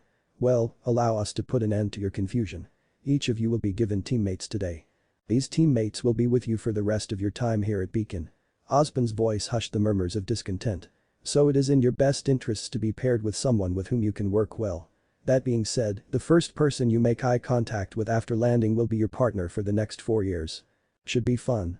Naruto chuckled as he cracked his neck. Finally, we get to cut loose. Sakura slammed a fist into her hand with a smirk. After you've partnered up, make your way to the northern end of the forest. Ozpin once again silenced the crowd. You will meet opposition along the way. Do not hesitate to destroy everything in your path or you will die. Alright, Kakashi-sensei, Naruto whispered to Sakura, who chuckled at the headmaster's expense. You will be monitored and graded for the duration of your initiation, but our instructors will not intervene. Ozpin continued. You will find an abandoned temple at the end of the path containing several relics. Each pair must choose one and return to the top of the cliff. Are there any questions?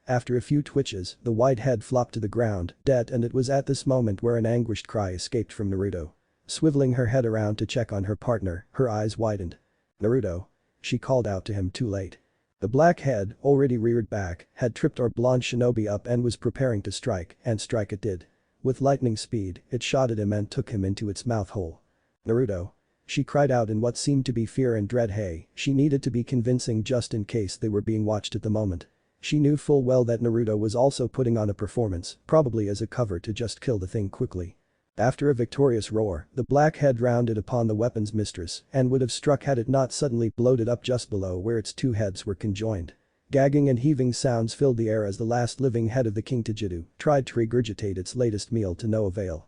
After an explosion of guts and bile, Naruto stood there amidst the eviscerated corpse of the snake, covered head to toe in fluids that he didn't care to know the name of. "I know this is on me," he began, his eyebrow twitching. "But snakes really love to eat me." "Damn right it's on you." She whispered to him as she ran up and hugged him to add to the ruse. "Good for drama, though. I thought you'd like it." He smirked as he returned the hug. "That worried about me, huh?" he asked just loud enough for any cameras in the area to hear. "Never do that again, you idiot." She chastised him, then wiped a tear away as it began to fall. "I thought you had died. I'm not that easy to kill.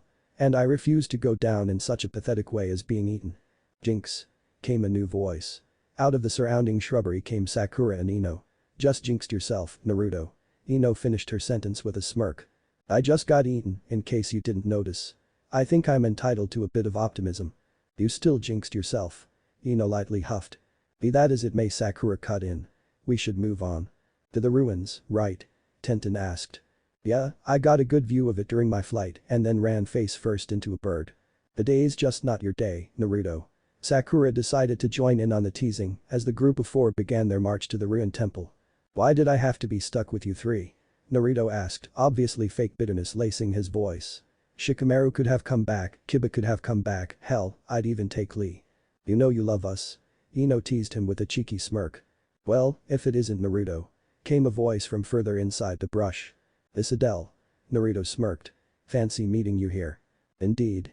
Coco returned the smirk after she forced herself through a bush, followed closely by a dark-skinned teen that had arm blades, the unfortunate rabbit frontis girl from earlier, and a hulking Asian-looking man that had a giant curved greatsword on his back. "I thought I'd eventually run into you again. Though, considering you're a shni, it's no surprise that you survived the landing." "He's a shni." The rabbit frontis girl took a step beside the giant teen. "Calm down, Velvet." Coco reassured the now identified Velvet. "He may be a shni, but he's not as colorful as the rest of his family." "It's true." Naruto nodded. "I have no problem with the general frontis population. It's the White Fang that I dislike. It was sort of a worldwide panic when you and your sister were kidnapped by those sickos." It was Coco's turn to nod. "I remember it vividly." "Again, we should be going," Sakura mediated. "Quite right. Coco, will you four be following us?" "Yep. Safety in numbers, right?" "You haven't introduced us yet, Naruto." Ino lightly pouted. "Who is she?" "Oh, sorry." Naruto nervously scratched the back of his head as the group of 8 began to move. "Coco, this is Tenten, my partner, Ino and Sakura. Girls, this is Coco Adele, the girl you saw me talk to yesterday. This is Velvet." Coco pointed to the frontis girl who shyly waved at the team of shinobi. "The big guy is her partner Yatsuhashi and this is Fox, who's my partner." "Hello." Fox simply said with a polite smile. Yatsuhashi merely inclined his head in what was interpreted to be a greeting. "And this is one big ruin." Tenten pointed out after the introductions were over. "Chess pieces." Sakura noted as the 8 hopefuls approached the aforementioned ruins. "And some of them have already been taken." Coco brought attention to the empty spots. "Meaning we're not the first 2 teams to come through."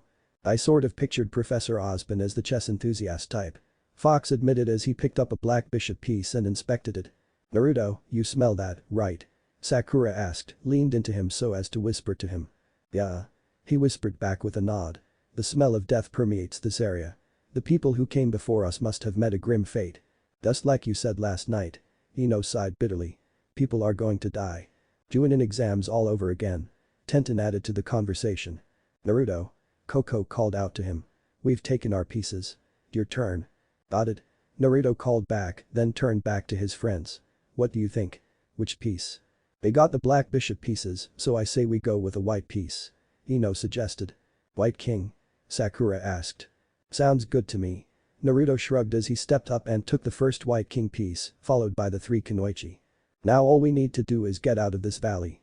Tenten said, pocketing her piece. Hasselwhite training grounds. Same time. So, he's made it to the chess pieces. Ned sighed as he watched the video feed on his scroll. Now to find a way out of the forest, and he's all clear. Beg pardon Mr. Schnee, James cut in as he spared a glance at the man's scroll, then to the man in question. But shouldn't you be overseeing Weiss's trial? She's a Schnee. Ned waved the question off. She should be able to handle that giant suit of armor. I defeated it, Winter defeated it, and Naruto defeated it. Now it's her turn to follow in our shoes. But what if she can't? Then Naruto was right about her. He intoned gravely. If she can't defeat it, she's not worthy. And what about the semblance situation, father? Asked Winter as she walked into the observation room above the raging battle below. Weiss is behind schedule and she showed no signs of unlocking it save for the glyphs. It takes time for a person's semblance to manifest, Winter. James counseled. You know that. But her point still stands. Ned hummed.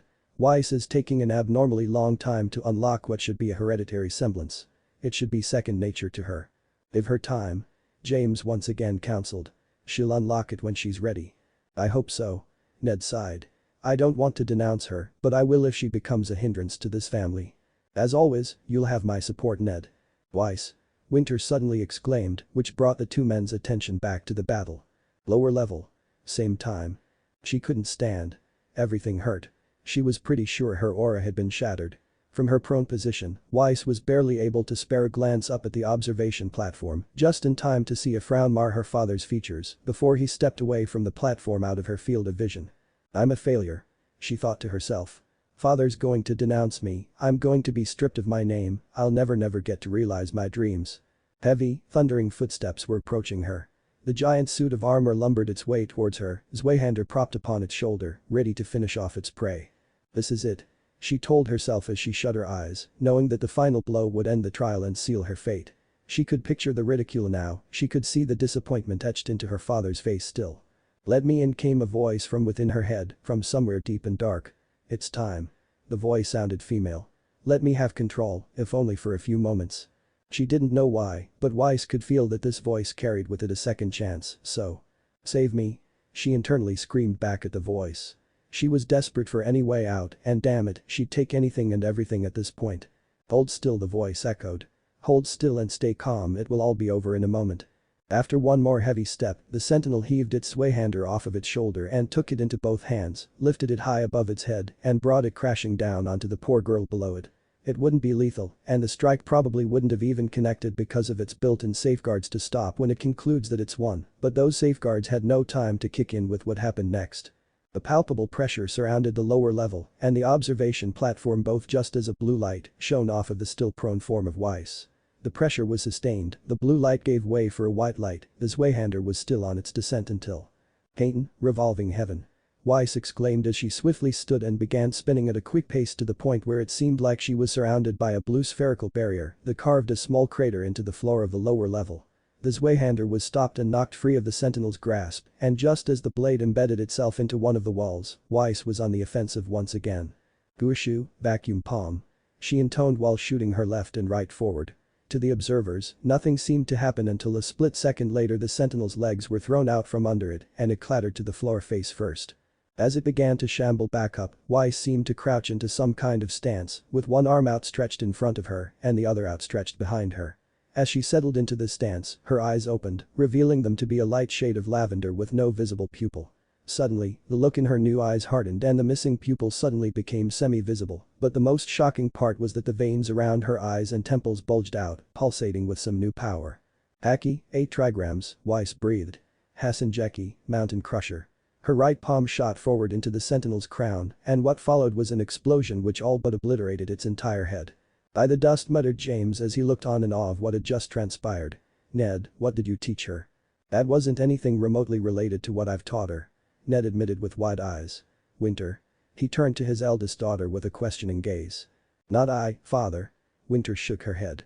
"The only person I know who could use aura like that was Naruto, and even he admitted that his control over that kind of fighting style wasn't this precise." "Weiss must have been practicing in secret then," James reasoned. "Having second thoughts of denouncing her now, Ned." "One thing at a time, James." Ned sighed as he reined in his emotions. We need to get the sentinel repaired and get Weiss cleaned and patched up. What was that? Asked a bewildered Weiss aloud. It felt good to get out and stretch my legs once again. The woman's voice echoed in her head once again. Thank you, Weiss. Who are you? All things in due time. For now, just know that I am a friend and no, you're not losing your mind. The voice added with a small giggle. Right, Weiss sighed. Not losing my mind, just talking to a voice in my head. Might want to do something about your eyes before your father and sister get down here. The voice pointed out. How? Oh. Sorry. Just as the elevator from the observation deck opened up, Weiss felt the power held within her eyes subside, followed by the strange sensation of her physical eyes changing and morphing until they felt relatively normal once again. Best keep me a secret for now. Why should I? Weiss inwardly questioned. All I can say for now is this. Talk with Naruto. You'll get your answers then. Until that time, at least heed my one request. Weiss. Winter called out as she scooped her younger sister into a hug. Just what was that back there, Weiss? Ned questioned. Well, Weiss lightly stuttered, then nervously chuckled. Vale. Beacon Academy. Same time. Nice shortcut, Coco. Naruto hollered over to the fashionista as he cleaved his way through two charging Ursa. Right into a den full of Grim.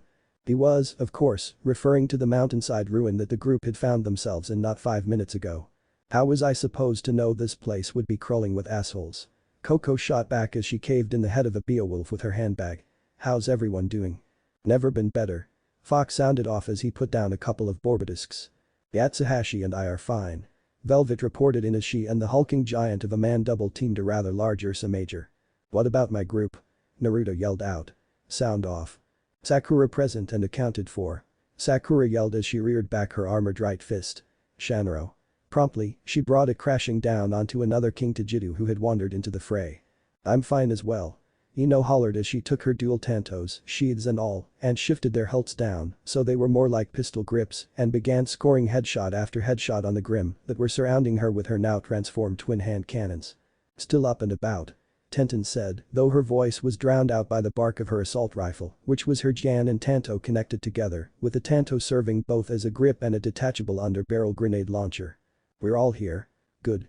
Naruto smirked as he pulled the trigger on Silver Sonata and roped its blade around the neck of a Beowulf and ridded it of its head, and then. Why are they retreating?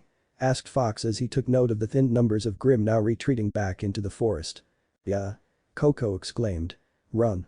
I don't think they're retreating out of fear, Naruto said, his voice soft and carrying an edgy tone. A low whooshing sound then filled the air.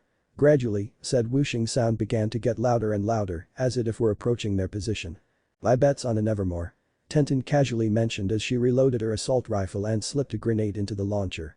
Most likely. Ino agreed as she as well reloaded her pistols. I got something for it, Coco smirked and suddenly pushed a button on her handbag which folded it out into a large Gatling gun. Holy shit. Sakura gawked. Always come prepared, I'd say. Coco merely shrugged and began to spin up the barrels in preparation. Anything in particular you're overcompensating for, Coco? Naruto snidely asked, which gained a shared chuckle from both Fox and Ino, a heated blush from Velvet, an indifferent shrug from Yatsuhashi and Naruto. Sakura chastised him as she slapped him in the back of his head. Worth it? He chuckled. Despite all the bravado going on, the shinobi in Kunoichi there could feel the fear rolling off of Coco and her four subordinates. They were blameless in their fear as they were undoubtedly about to fight something big. And something big it was, as coming swooping down from out of the clouds wasn't an Evermore. No, it was something much worse. With Osmond and Glinda. Same time. Why is there a griffin in the forest? Glinda began to panic. Not just a griffin, Glinda. Osmond calmly noted. Look at it again. Then she gulped. An alpha. Professor, we have to send in a team down there now to help them. A griffin is beyond what they can handle right now, let alone an alpha. No. The aged headmaster shook his head. Let them fight it. But sir. She began to protest. Trust in their abilities, Glinda. Was all Osmond said as he returned his attention back to his scroll. With Naruto. Same time. That Coco gulped as she tightened her hold onto her Gatling. Is one huge asshole. The griffin, eh? Naruto cracked a smirk. Finally, we get to face the big boss. We can't fight something this big. Velvet began shaking in obvious fear. It's bigger than most Nevermores I've seen. Calm yourselves. Yatsuhashi finally spoke. The bigger the enemy, the greater the renown for felling it. Yatsuhashi speaks truly. Naruto nodded. If we take this thing down, this will prove we've got what it takes to attend this academy. Let's rock. Tenten suddenly screamed out as she opened fire with her assault rifle, which served as cover for Naruto, Fox and Yatsuhashi, who all three dashed forward at the same time. Hell yeah. Coco exclaimed as she finally pulled the trigger on her chain gun, a pronounced buzzing sound filling the air as it spat out its payload at a staggering rate. Ino joined in on the cover fire with her hand cannons, letting up only momentarily for Sakura to use her shoulders as a springboard so she could get airborne. With most of the bullets only slightly annoying the griffin, it let out a shrill roar as it charged forward to meet the incoming group of three on the ground, oblivious to the pinkette that was on her descent downwards. "Get the fuck down." Sakura yelled as she slammed both of her fists down onto the creature's head in a double axe handle, which sent it clattering to the ground. Yatsuhashi, being the first one there, let out a mighty war cry and heaved his curved greatsword up and down into its head, and with a spray of black fur and red corrupted blood, he knew he hit something vital. Tearing the edge of his sword out of its cranium, he took a step back and began dragging the tip of the sword on the ground before, in a baseball swing-like fashion, batted the creature's head out from its crater in an impromptu uppercut. Like she did with Ino, Sakura used the tall man's shoulders as a springboard and followed up his uppercut with an actual uppercut which lifted it off of its four legs and exposed its neck.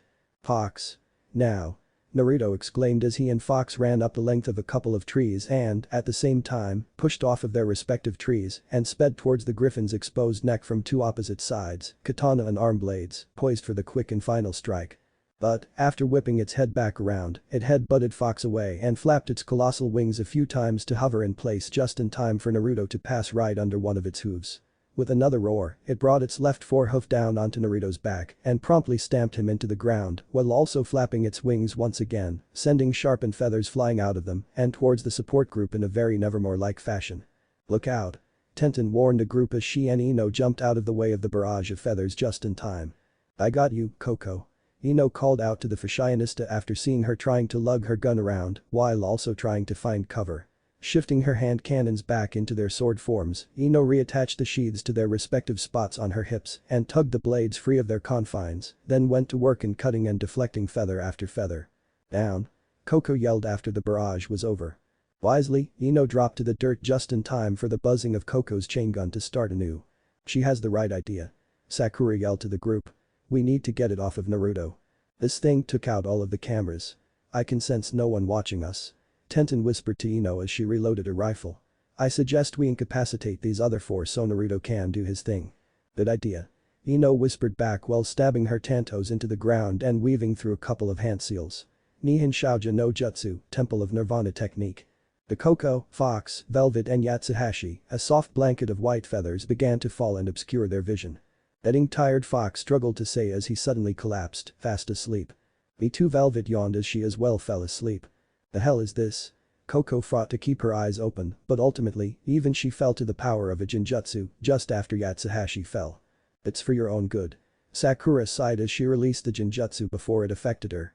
"Naruto." Tenten yelled out as she released the Jinjutsu as well. "Nobody's watching, so cut loose." Suddenly, an explosion of red chakra erupted from under the griffin's hoof, which served to burn the entire thing off. "Way ahead of ya." Naruto bellowed in a demonic voice, now shrouded in his one-tailed cloak, which he immediately dispersed, as he didn't need it to kill his current prey. Instead of roaring in a challenging gesture, the griffin was now roaring out the pain of having one of its hooves burnt off.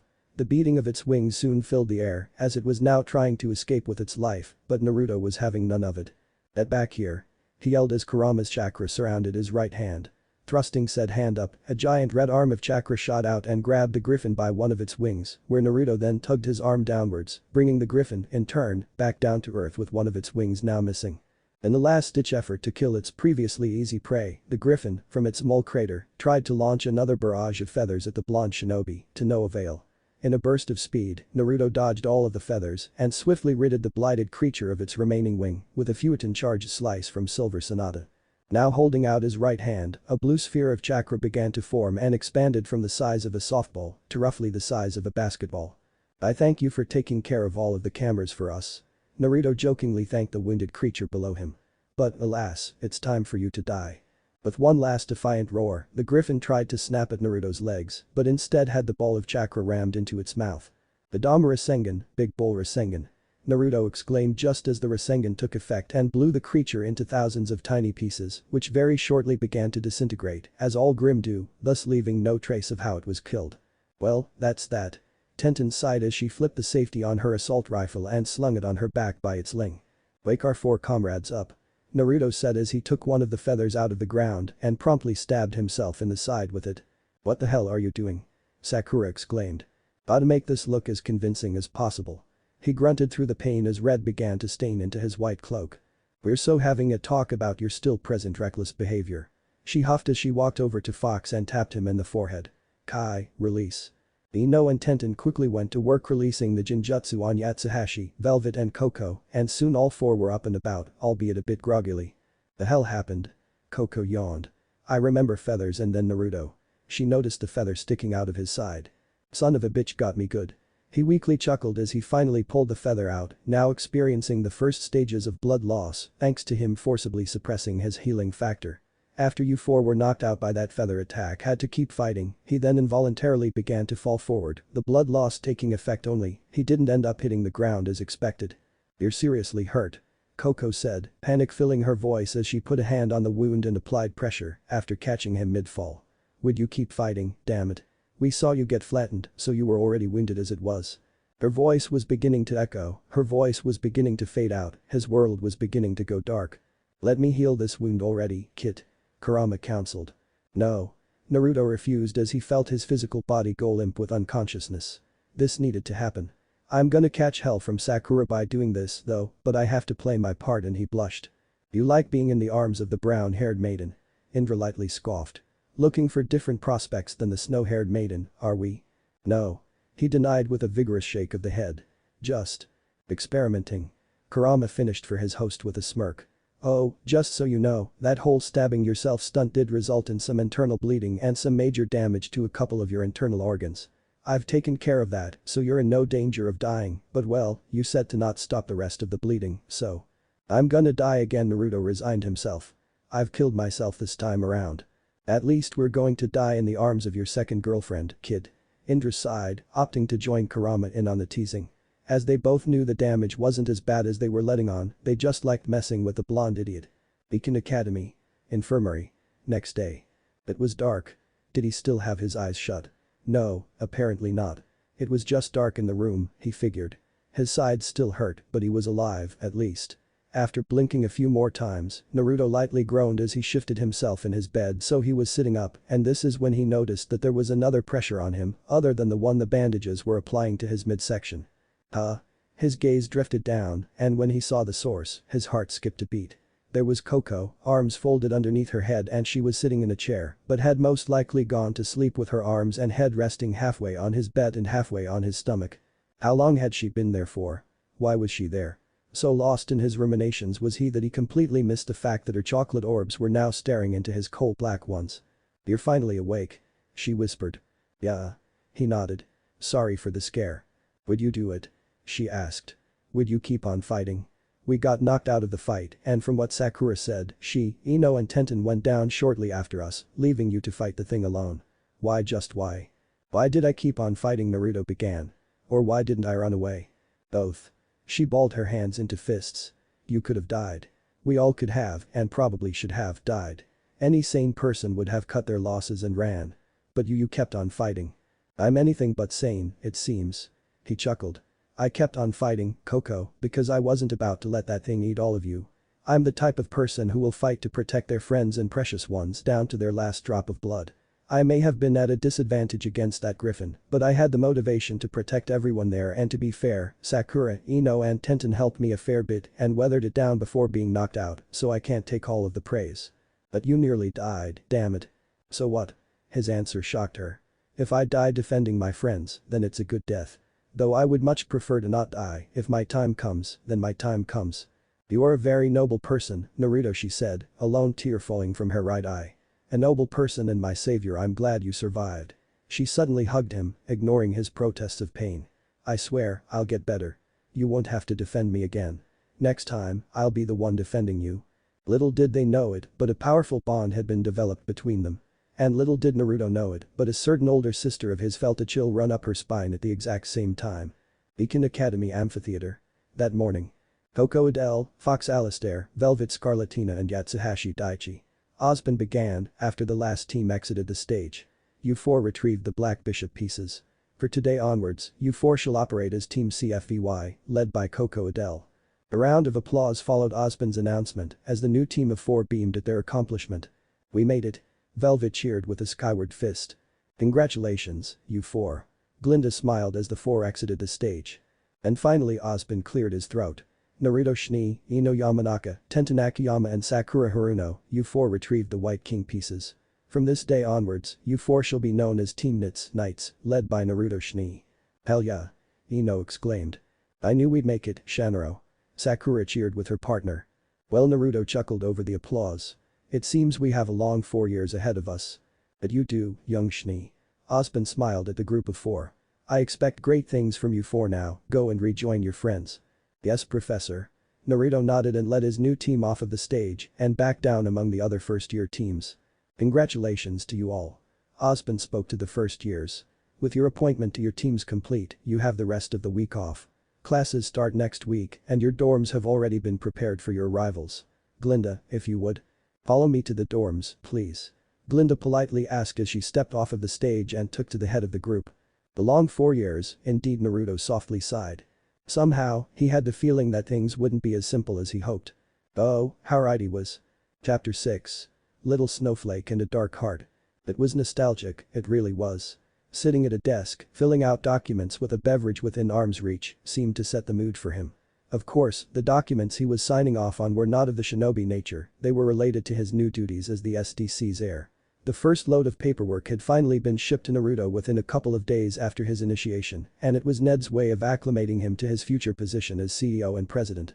Now here he was about 2 months later still going through his routine of signing off on everything before beginning his day of classes. After taking a refreshing sip of his soda, Naruto leaned back in the chair, gaining a small cacophony of cracking bones, which let him know he was at this for far too long. It was early in the morning, and he had been at it for a solid 2.5 hours straight going through trade deals, stock reports and the like. Glancing over his left shoulder, he saw that the rest of his team were fast asleep all, except for Sakura, who was laying on her side with her head propped upon her left arm, looking at him with a smile on her face. She was wearing a pink camisole and some simple black lounge pants that had stylized flowers painting them here and there in white. And what, pray tell, are you so giddy about? He asked in a soft voice, a smirk splayed across his face. Nostalgic, is all. She lightly giggled. Seeing you sitting there signing those documents just brought back a flood of memories. Remember the mornings when I'd walk into your office to find you passed out on your desk, pen still in your hand. Ha. He chuckled fondly at the memories. You'd slam a hand down onto my desk to wake me up, I'd quickly apologize and get right back to work like nothing ever happened, and then Hinata and Himawari would all but force me to take the day off. Of course, leaving the rest of the paperwork for Sasuke and myself to help finish. Sakura nodded. Though on most days, it was just me because Sasuke was busy with Boruto. Occasionally, Yuden or Mogi would help me, but it was usually just me. Glad I'm not the only one who's feeling nostalgic tonight. Naruto admitted. Though now there are only a couple of hours until classes begin for the day and I haven't slept a wink. As if we need the classes. She scoffed. Are you suggesting that all of it is unnecessary? You, Sakura Haruno, smartest girl in the academy. He teased. I'm suggesting that we have our previous life's experience to fall back on. She rolled her eyes. And in our previous lives, we beat a goddess, in case you forgot. A few corrupted wolves or bears won't be much trouble. And that's what scares me. His brow furrowed slightly. What's causing the corruption? Is it natural, is it artificial? Can it be stopped? Can it be studied? We'll find out eventually. She shrugged, then threw the covers off of herself and swiftly stood to her feet. For now, since I can't sleep, you and I are going to spar. Best to make use of every second we have, right? Naruto also shrugged as he stood from his chair, shedding his plain orange shirt as he did. Naruto and Sakura had no qualms about changing in front of each other. They were more experienced than to swoon at seeing just a small amount of skin, and they were certainly more mature than they previously were at 17 in their past lives. They held a mutual respect and trust for each other that could have only been forged by the fires of war and time. They trusted each other implicitly. They knew they could count on one another, but despite all of this, there was still room for a bit of immaturity. Damn. Naruto lowly whistled as Sakura finished stripping down to her underwear. This new life's been really good to you. I could say the same to you. She teased with a smirk as she raked her eyes unconsciously over the form his new body had. You just did. He returned the smirk as he began to slip into his usual attire. Once they were dressed in their everyday outfits, they silently made their way out of their dorm so as to not wake Ino and Tenten, then took to the halls of Beacon Academy, their destination being Osbin's office to ask permission to use the arena for some early morning sparring. It didn't take them long to arrive at the elevator, and after a quick ride up, the doors slid open to reveal the man in question sitting back in his chair, one leg crossed over the other, leisurely sipping a cup of coffee while reading some sort of report from the screen on his desk. "Ah, Mr. Schnee, Miss Haruno." He regarded them as he looked up from the report and promptly closed the screen. "Please, do come in." "Good morning, Professor." Sakura politely greeted their headmaster with a smile and a wave. "I apologize for the ungodly hour, Professor." Naruto apologized. "Nonsense." He waved the boy's apology off and leaned forward into his desk. "So, how may I help the two of you this morning?" "We were hoping to use the arena this morning for some early sparring practice," Sakura answered. "And we wanted your permission before we just barged into the place." "Even?" he simply answered with a slight smile. "Though before you go, Mr. Schnee, may we speak in private for a moment?" "You go ahead," Naruto told Sakura as he turned to her. "I'll catch up with you later." Nodding, Sakura turned and re-entered the elevator, thus leaving the two men alone. "Yes, Professor?" Naruto asked once Sakura was gone. "When you and Miss Haruno stepped in, you might have seen me reading a report of some sort." He paused only to let Naruto nod. "The report was actually a mission request from our mutual friend General James Ironwood." "Really?" Naruto hummed. "What would James need from us?" "Atlas is perfectly capable of handling their own mission quotas." "True that they are indeed capable." Osbin nodded. "But this mission has come directly from him. Not his secretaries, not his lieutenants, not even from your sister Winter. Directly from him. And you think that there's more going on here than a goodwill mission to boost both our academy's quotas?" Naruto reasoned. "In point, James is asking for you to undertake this mission specifically. He says that thefts from the Schnee Dust Company are becoming more frequent, as you may know from the progress reports your father forwards you regularly. What James is proposing is for a shipment to be sent from Atlas to Vale via railroad." "I think I know where this is going." But Osbin smiled at the boy's insight. "Instead of dust, the train will be loaded with only one piece of valuable cargo, you, Mr. Schnee." "Yep." Naruto sighed. "Knew it. If the mission takes off, we not only will reveal the identities of the thieves, but with you on board, we run the chance of actually catching the perpetrators. We kill two birds with one stone, so to speak." "And what about my team? Will they be with me throughout all of this?" "James just asked for you, but you're free to include your team in this. The more people on the train, the better chance we have at catching the thieves." At this, Naruto thoughtfully stroked his chin as he began to pace around the office, as if weighing his options. After a couple minutes of silent contemplation, he finally faced Osbin once again. "I'll do this alone," he decided. "Send a message to James saying that I'm on my way and that I'm asking for a full complement of AC-130s to be loaded aboard the train in 2 separate crates, as well as a spider droid." "Why not involve your team in this, Naruto?" Osbin asked out of curiosity. "This is an Atlesian mission and a Schnee problem. I happen to be an Atlesian and a Schnee, so I'll handle this by myself. No need to get my team involved in something that I could easily take on myself." "Then why the non-huntsman reinforcements?" "James has wanted an in-depth report on his droid army's efficiency when facing non-grim targets." Naruto smirked. "If the droids fail, I'll step in. And when I step in, this problem will most definitely disappear. I'll have then completed this mission and provided James with the report he wants. Like you said. 2 birds with 1 stone." Osbin actually found himself chuckling at the boy in front of him. "Very good, Mr. Schnee. Now, James has also stated that you return to Atlas as soon as you can, so the mission can begin in earnest. I'll alert my airship staff that you're on your way. Retrieve your weapon.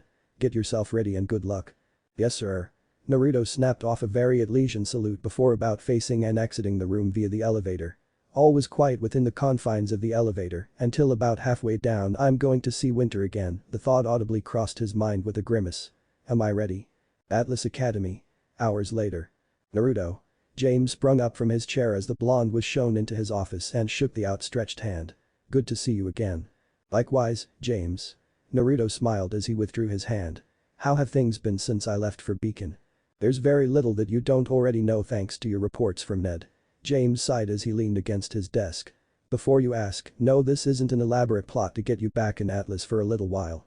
Someone out there is actually trying to take on your company." "Could it be the Fangs?" Naruto asked, repressing the urge to growl out the name of his most hated terrorist group. "They're always a suspect when it comes to the SDC." James nodded. "And it might very well be them, but that's why you're here." "Why not send Winter in my place?" Naruto asked the question that had been nagging him for his entire flight. Surely she'd get better results than me. I would, but Ned's requested that Winter be given leave to train Weiss. Now that was news that Naruto wasn't expecting. What's happened with Weiss? Has there been improvement? I'd say so. James chuckled, despite himself. Your father put her through the sentinel test. And she blew the thing away. Literally. He balked. The thing's head was there 1 second, then poof, gone in an instant via some kind of aura-enhanced palm strike. Palm strike? No, it's not possible. The implications were weighing heavy on Naruto's subconscious. The big-breasted Hyuga girl's back. Kurama celebrated with a laugh. It seems your life has just gotten a mite more complicated, boy. Indra, surprisingly, joined in on the taunting. Would it be possible for me to swing by Castle White before I leave, James? Naruto asked, suppressing the voices of his tenants before a headache formed. We're still loading up the droids, so yes, you have a little while to catch up with everyone. He nodded. Thank you, James. I'll solve this, you have my word. I know you will. James managed a smile. You've always made Atlas and your family proud. This is just another chance to show everyone that we're not to be trifled with. Castle White. Some time later. Upon his arrival at his home, the butlers and maids all joyously welcomed him back, as did the on-site security staff, and at his request, one of the butlers had led him out into the central courtyard, where he smiled at what he saw. Weiss was holding Mertenister proudly as she stood against Winter, who was going to renew her assault upon her little sister, when her gaze wandered over to the entrance. Naruto. She called out to him, surprised. The one and only, Snowflake. He nodded and smiled at her. He saw the previously confident Weiss freeze instantly upon mention of his name and hearing his voice. And while Winter walked up to him and hugged him, Weiss just stood there, frozen in place, not even acknowledging his presence. Is she alright? He whispered to his older sister after hugging her. She's been doing better, but these past couple of months have been trying for her. Winter answered. She displayed some kind of hidden potential during her sentinel test, and father has tasked me with training her as best I can, while trying to draw out whatever surfaced during her test. And has she said anything about me? She's devoted herself to her training, mostly, but judging from her reaction upon hearing your voice, there's still some lingering emotions from your last meeting. Winter eyed her sister. Can you do anything? I'll try to. Naruto nodded while giving Winter's right hand a reassuring squeeze, then let it go. Go take a break, Snowflake. I'll take over from here. After a hesitation, Winter merely nodded and walked away, leaving her younger siblings alone to hash out everything themselves. Naruto now had a choice in front of him, a choice that he hoped he wouldn't have to make for a long time coming, yet here it was. His sister, his wife. He took an experimental step towards the youngest Shni, and when she didn't immediately blow up, he took another, then another until he was mere feet behind her. Hey princess. He greeted her with a whisper. Everything alright? Silence was his answer. He scratched the back of his head. I know we parted on less than amenable terms, but it seems like you've improved quite a bit over the months since I've been at Beacon.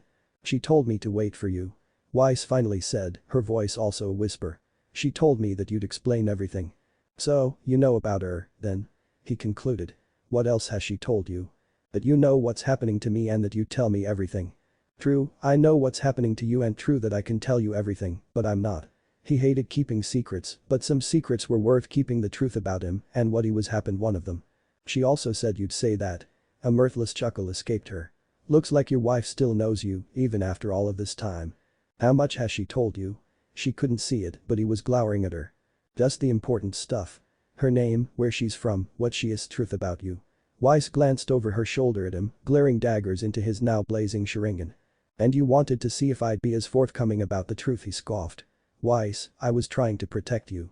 And a damn good job you've done of it. She screamed as she whipped around to face him. I had to learn the hard way that I have another girl living inside of my own soul. I had to learn for myself that she can possess me at any given point if it suits her. I had to learn that the person I thought was my brother is really a reincarnated hero from the past.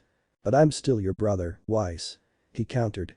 What I am or am not doesn't change the fact that I still care about you. I did what I did to protect you. I lied to you to save you. Save me? From what? From me. She actually recoiled from him as he said this.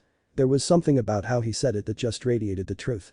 When I learned that you were Hinata's reincarnation, I had to stop myself from confronting you then and there. I had to stop myself from harming you because I wanted her back. He continued as he forced his Sharingan to deactivate. I had to make this choice a long time ago, and I chose you over her now. Here I am again, having to make the same choice and I can't do it. Choose her, Naruto. Why suddenly said, her voice a lighter octave, a voice he was intimately familiar with. Hinata, he breathed, his eyes white as he saw Weiss's icy blue eyes give way to the familiar lavender he loved. I've indirectly integrated myself with her, so she has most of my abilities in jutsu, including the Byakugan, while maintaining her personality, her quirks, everything that makes her your sister. She smiled sweetly. I know you want me back, and that thought alone shows me that you still love me, but this is a new life, honey, and it's time to let me go rejoin our children. I need you, Hinata. Naruto shook his head. Don't tell me to let you go when you know I can't. I love you. I always will. I know. She calmly stated. But this choice is tearing you apart and distracting you from your destiny.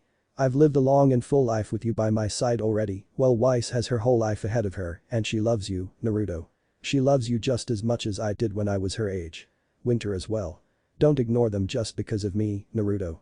I want you to move on. I want you to find love in this new life without me. I can't. He once again denied. Please, Naruto. It's time to let me go. You have to let me go. She gently cupped his cheek with her right hand. In response, he desperately grabbed the very same hand with his left as he slowly nodded, his right arm glowing a brilliant yellow-orange as he slowly slid it into her chest and grasped something within. I love you, Hinata. He simply said as he closed the distance between them in a soft kiss as he pulled the object out and let it go. Said object was a light lavender in color and was perfectly spherical. This was what remained of Hinata's soul, now free of its physical body. There it hovered for about 2 seconds before it eventually faded away into nothingness. He could feel the energy in the air die down as a result of Hinata finally being set free, and as he broke the kiss, he saw that Weiss was now back in control.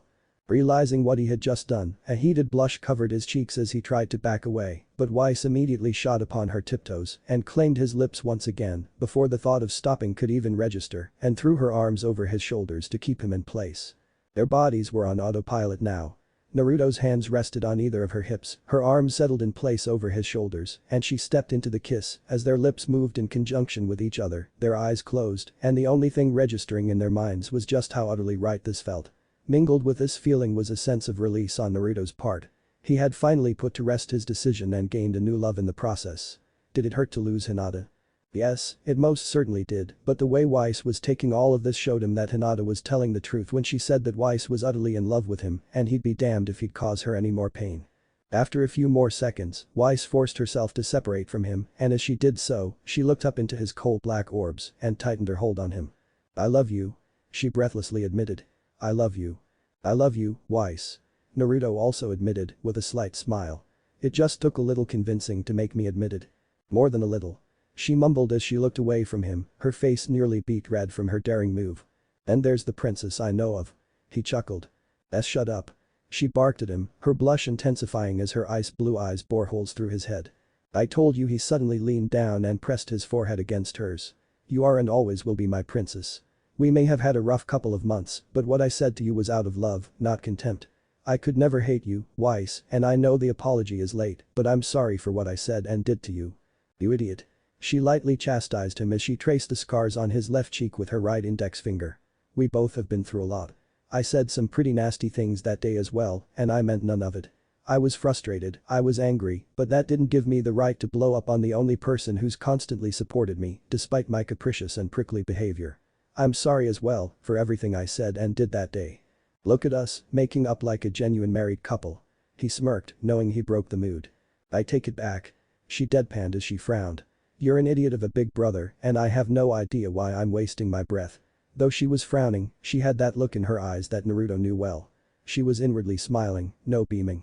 She had her big brother back, she finally admitted her feelings for him, and he reciprocated. By the dust did he reciprocate. Weiss equated it to his past life's experience with kissing that made it such an unexpected pleasure.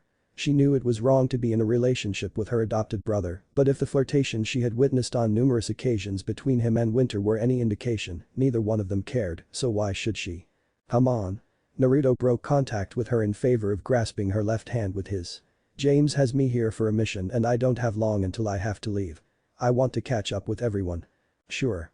She smiled and nodded as they both walked hand in hand back into Castle White, oblivious to the other set of blue eyes watching them. Congratulations, Winter lightly mumbled to herself, trying desperately to fight back the tears. Schnee train. Early next morning. Naruto managed a light yawn as he leaned back into the cabin of the train he was on. Loading the droids had taken longer than anticipated and he ended up staying the night at Castle White while having to slip out in the dead of night when he got the all clear from James. The train had been rolling for a few hours now and from the stunning scenery, Naruto put them in Vale, somewhere within the forever full forest. I have to thank you again for overseeing this transfer personally, Mr. Schnee. The conductor thanked him for probably the 100th time. Of course, he was unaware that his train wasn't transporting dust, as that little detail was on a need-to-know basis, and he didn't need to know. Anything for my father's company. Naruto responded, his mind on other matters. The long white hair, blue-eyed variety. He couldn't get Weiss out of his head ever since they confessed to each other the day before, not that he was complaining. But those thoughts were instantly thrown out of the window when weapons discharges were heard in the adjoining cars. Showtime. He smirked, then turned to the conductor. When I leave this cabin, lock the door behind me and whatever you do, do not leave this room. Why yes sir. The conductor meekly nodded. By the time Naruto had arrived near the back of the train, he saw a red-headed Franus easily dispatch the spider droid with an Iato strike that seemed to completely disintegrate the machine. Whistling aloud, Naruto dropped off of the crate he was standing on and onto the car that the Redeed and his partner were on. Impressive, to say the least. He applauded the Redeed in a mocking manner. Too bad they weren't the real threat here, Fang. Adam his cat Franus partner took a step back. That's. I know. The now identified Adam nodded. Naruto Schnee, middle child of the Schnee siblings, adoptive son of Edward Schnee and current heir to the Schnee Dust Company. Freshman huntsman at Beacon Academy, son of the legendary Minato Xiaolong and Kushina Nikos, older cousin of the Mistral champion Pura Nikos, nephew of the equally famous Crow Branwen, and is hailed as a prodigy on par with both his uncle and father. Oh, you dirty bitch, work the shaft. He lewdly demanded with a smirk. Excuse you? Adam raged. Oh, I'm sorry, it's just that I like to dirty talk when someone is sucking my. The smirk never faltered. I was going to give you a relatively painless death, Adam growled. But now you will suffer. Adam, no. His partner tried to warn him off to no avail.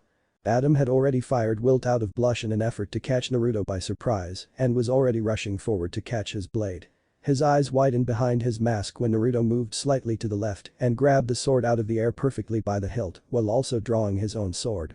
In an instant, Adam put the brakes on his forward momentum, but not before Naruto charged forward and delivered a double slice against the man's aura with both his own sword and silver Sonata, and just as Adam backed up, Naruto pulled the trigger on the Sonata, transforming it into its whip mode and whipped it forward, wrapping the blade around the Franus's neck.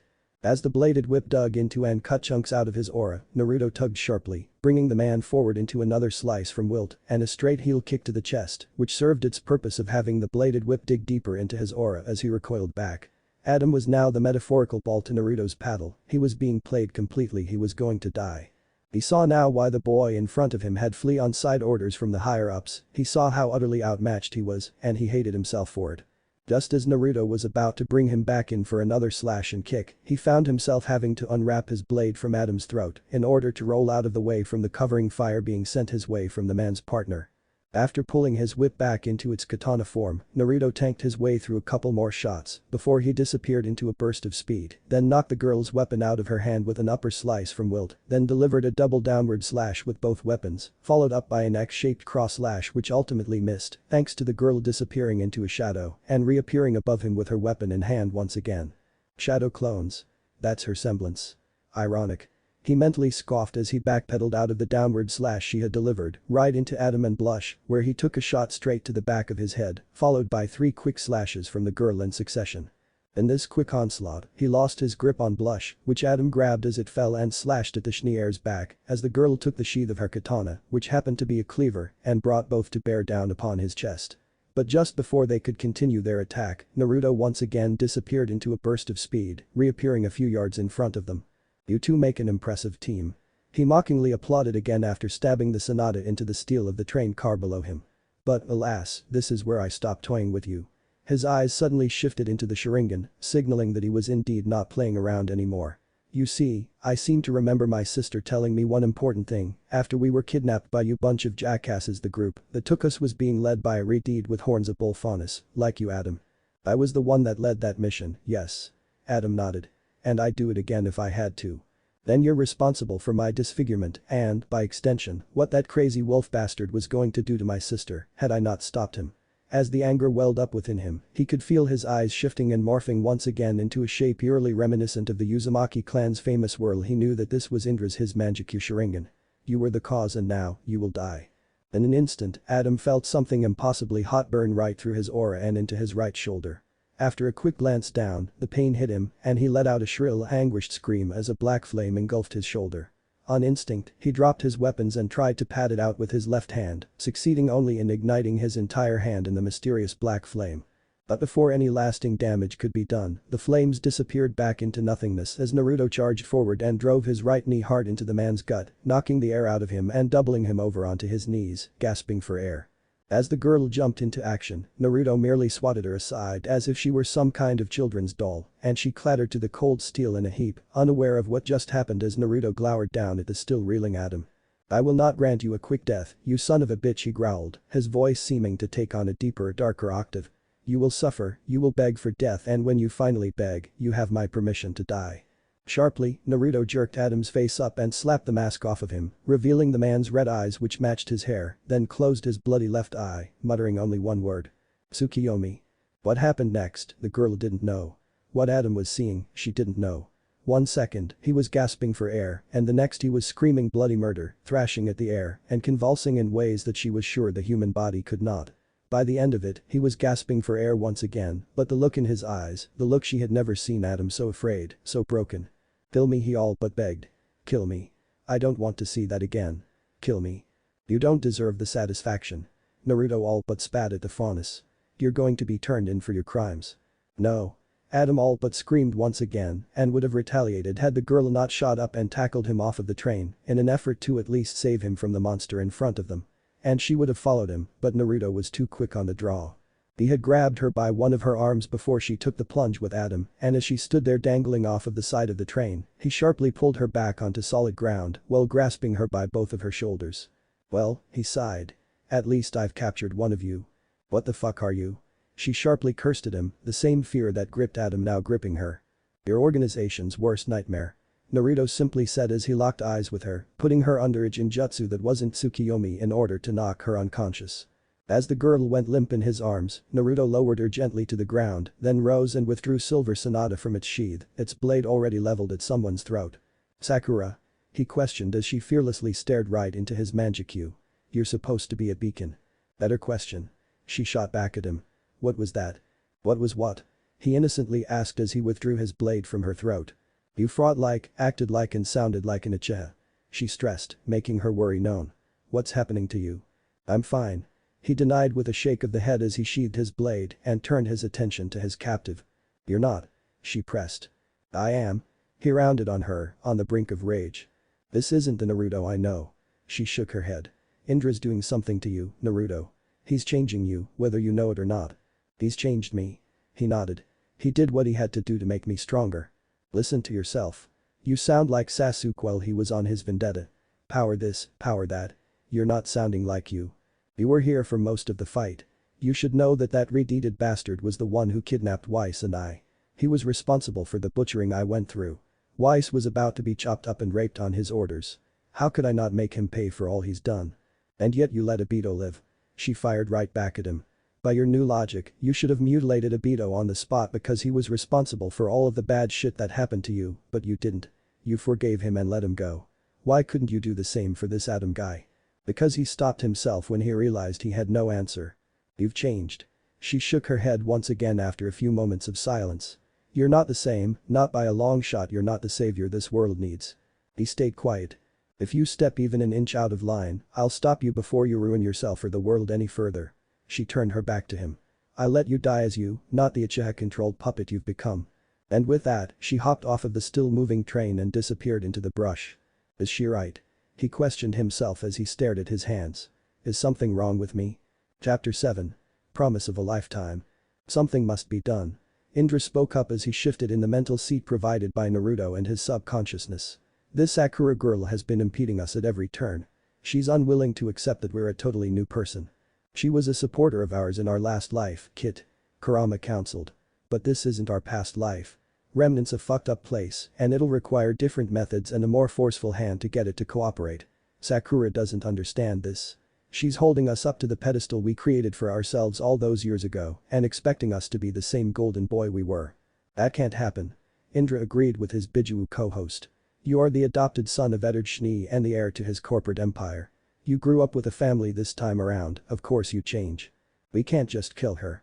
Naruto sighed and leaned back in his mental seat. I may have changed, but I'm not about to kill one of my friends. Maybe you don't have to, my boy. Their guest finally spoke up. There's one more reincarnated soul from your past life that may be able to replace her on your team. You just have to encourage her expungement. Better thrown off my team? Naruto raised an eyebrow at the suggestion.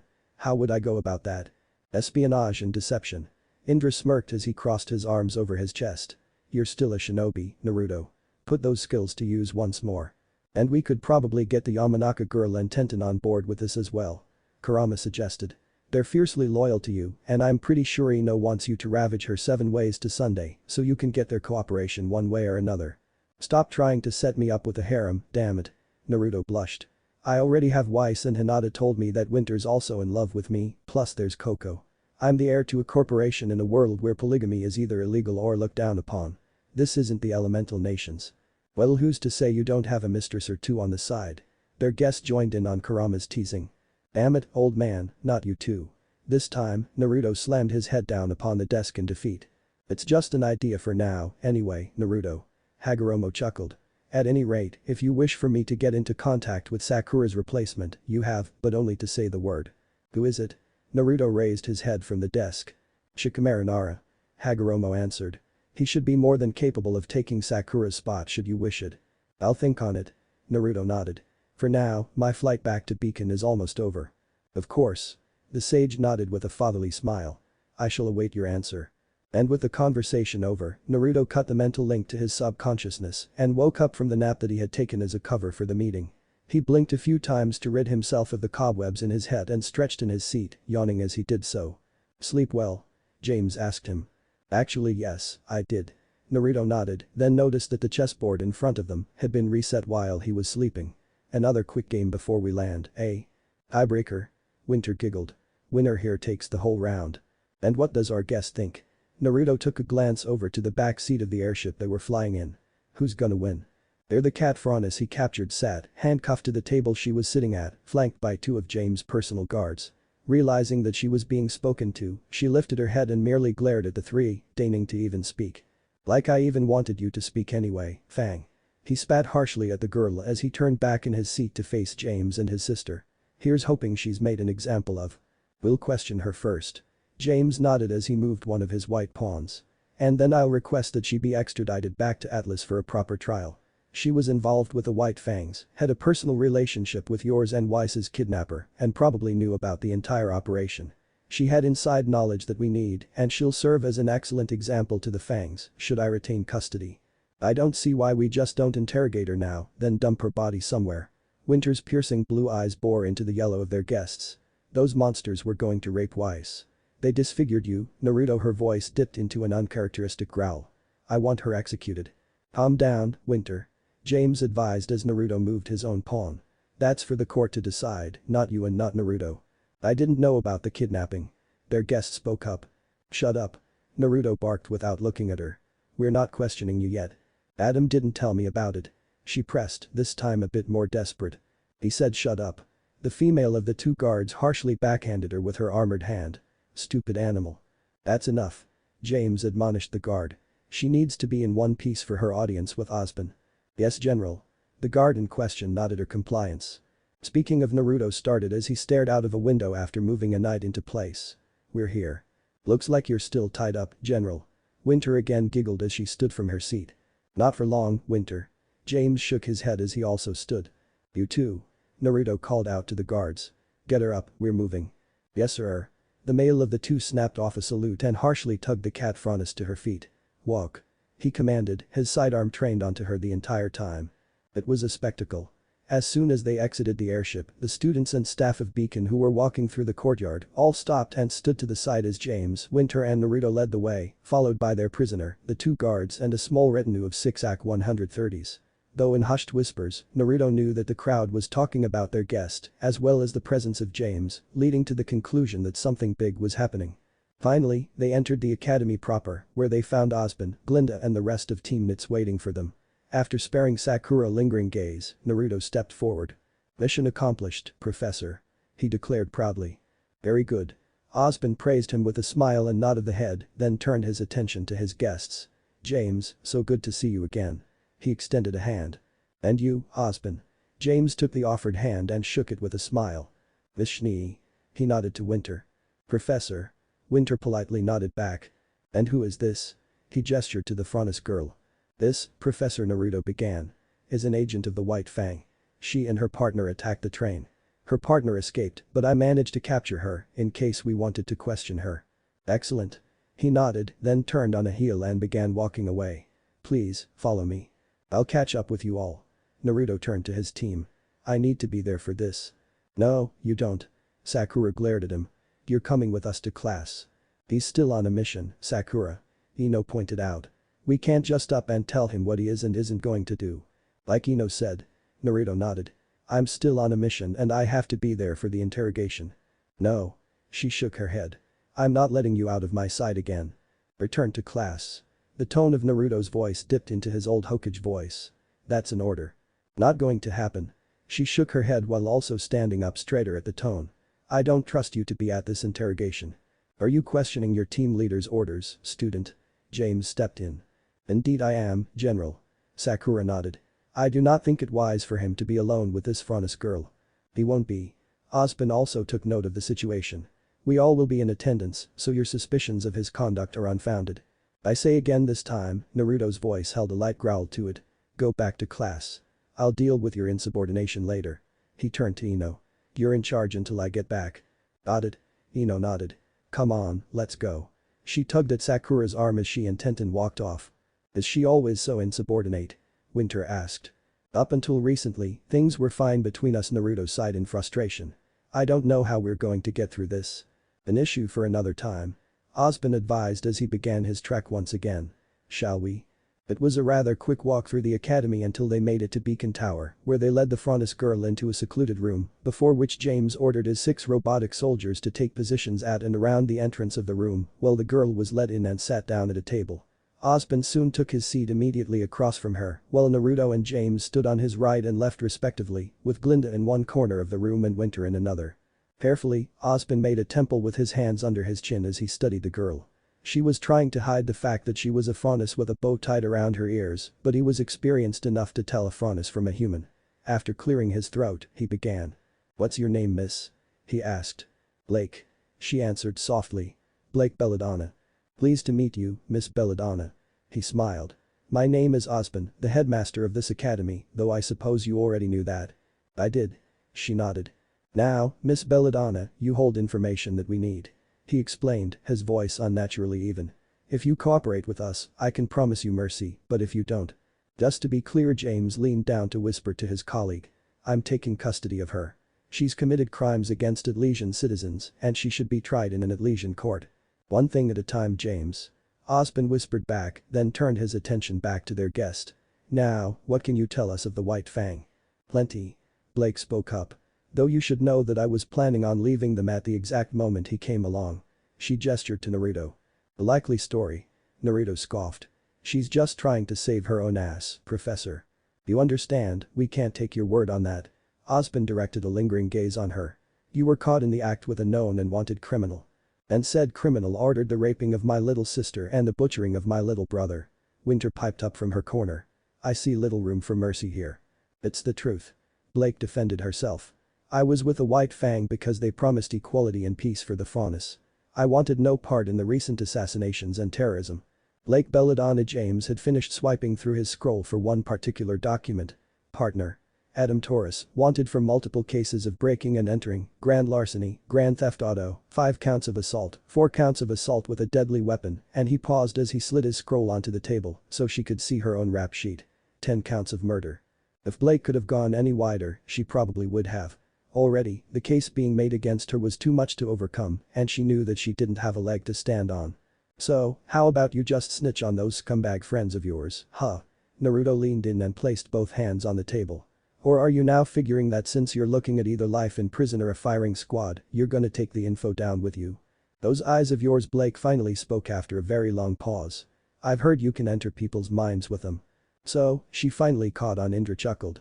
I was hoping you'd recall that particular ability I have. Naruto smirked. I'm your only chance of getting out of this alive. Naruto. James glanced questioningly at him. Enter me. Blake all but begged. Please. Ha. Kurama cackled. She's begging you to enter her, kid. Another round of roaring laughter. Well, don't disappoint her, give her all you got. Damn it, Kurama. Naruto mentally screamed. Enough with the innuendos.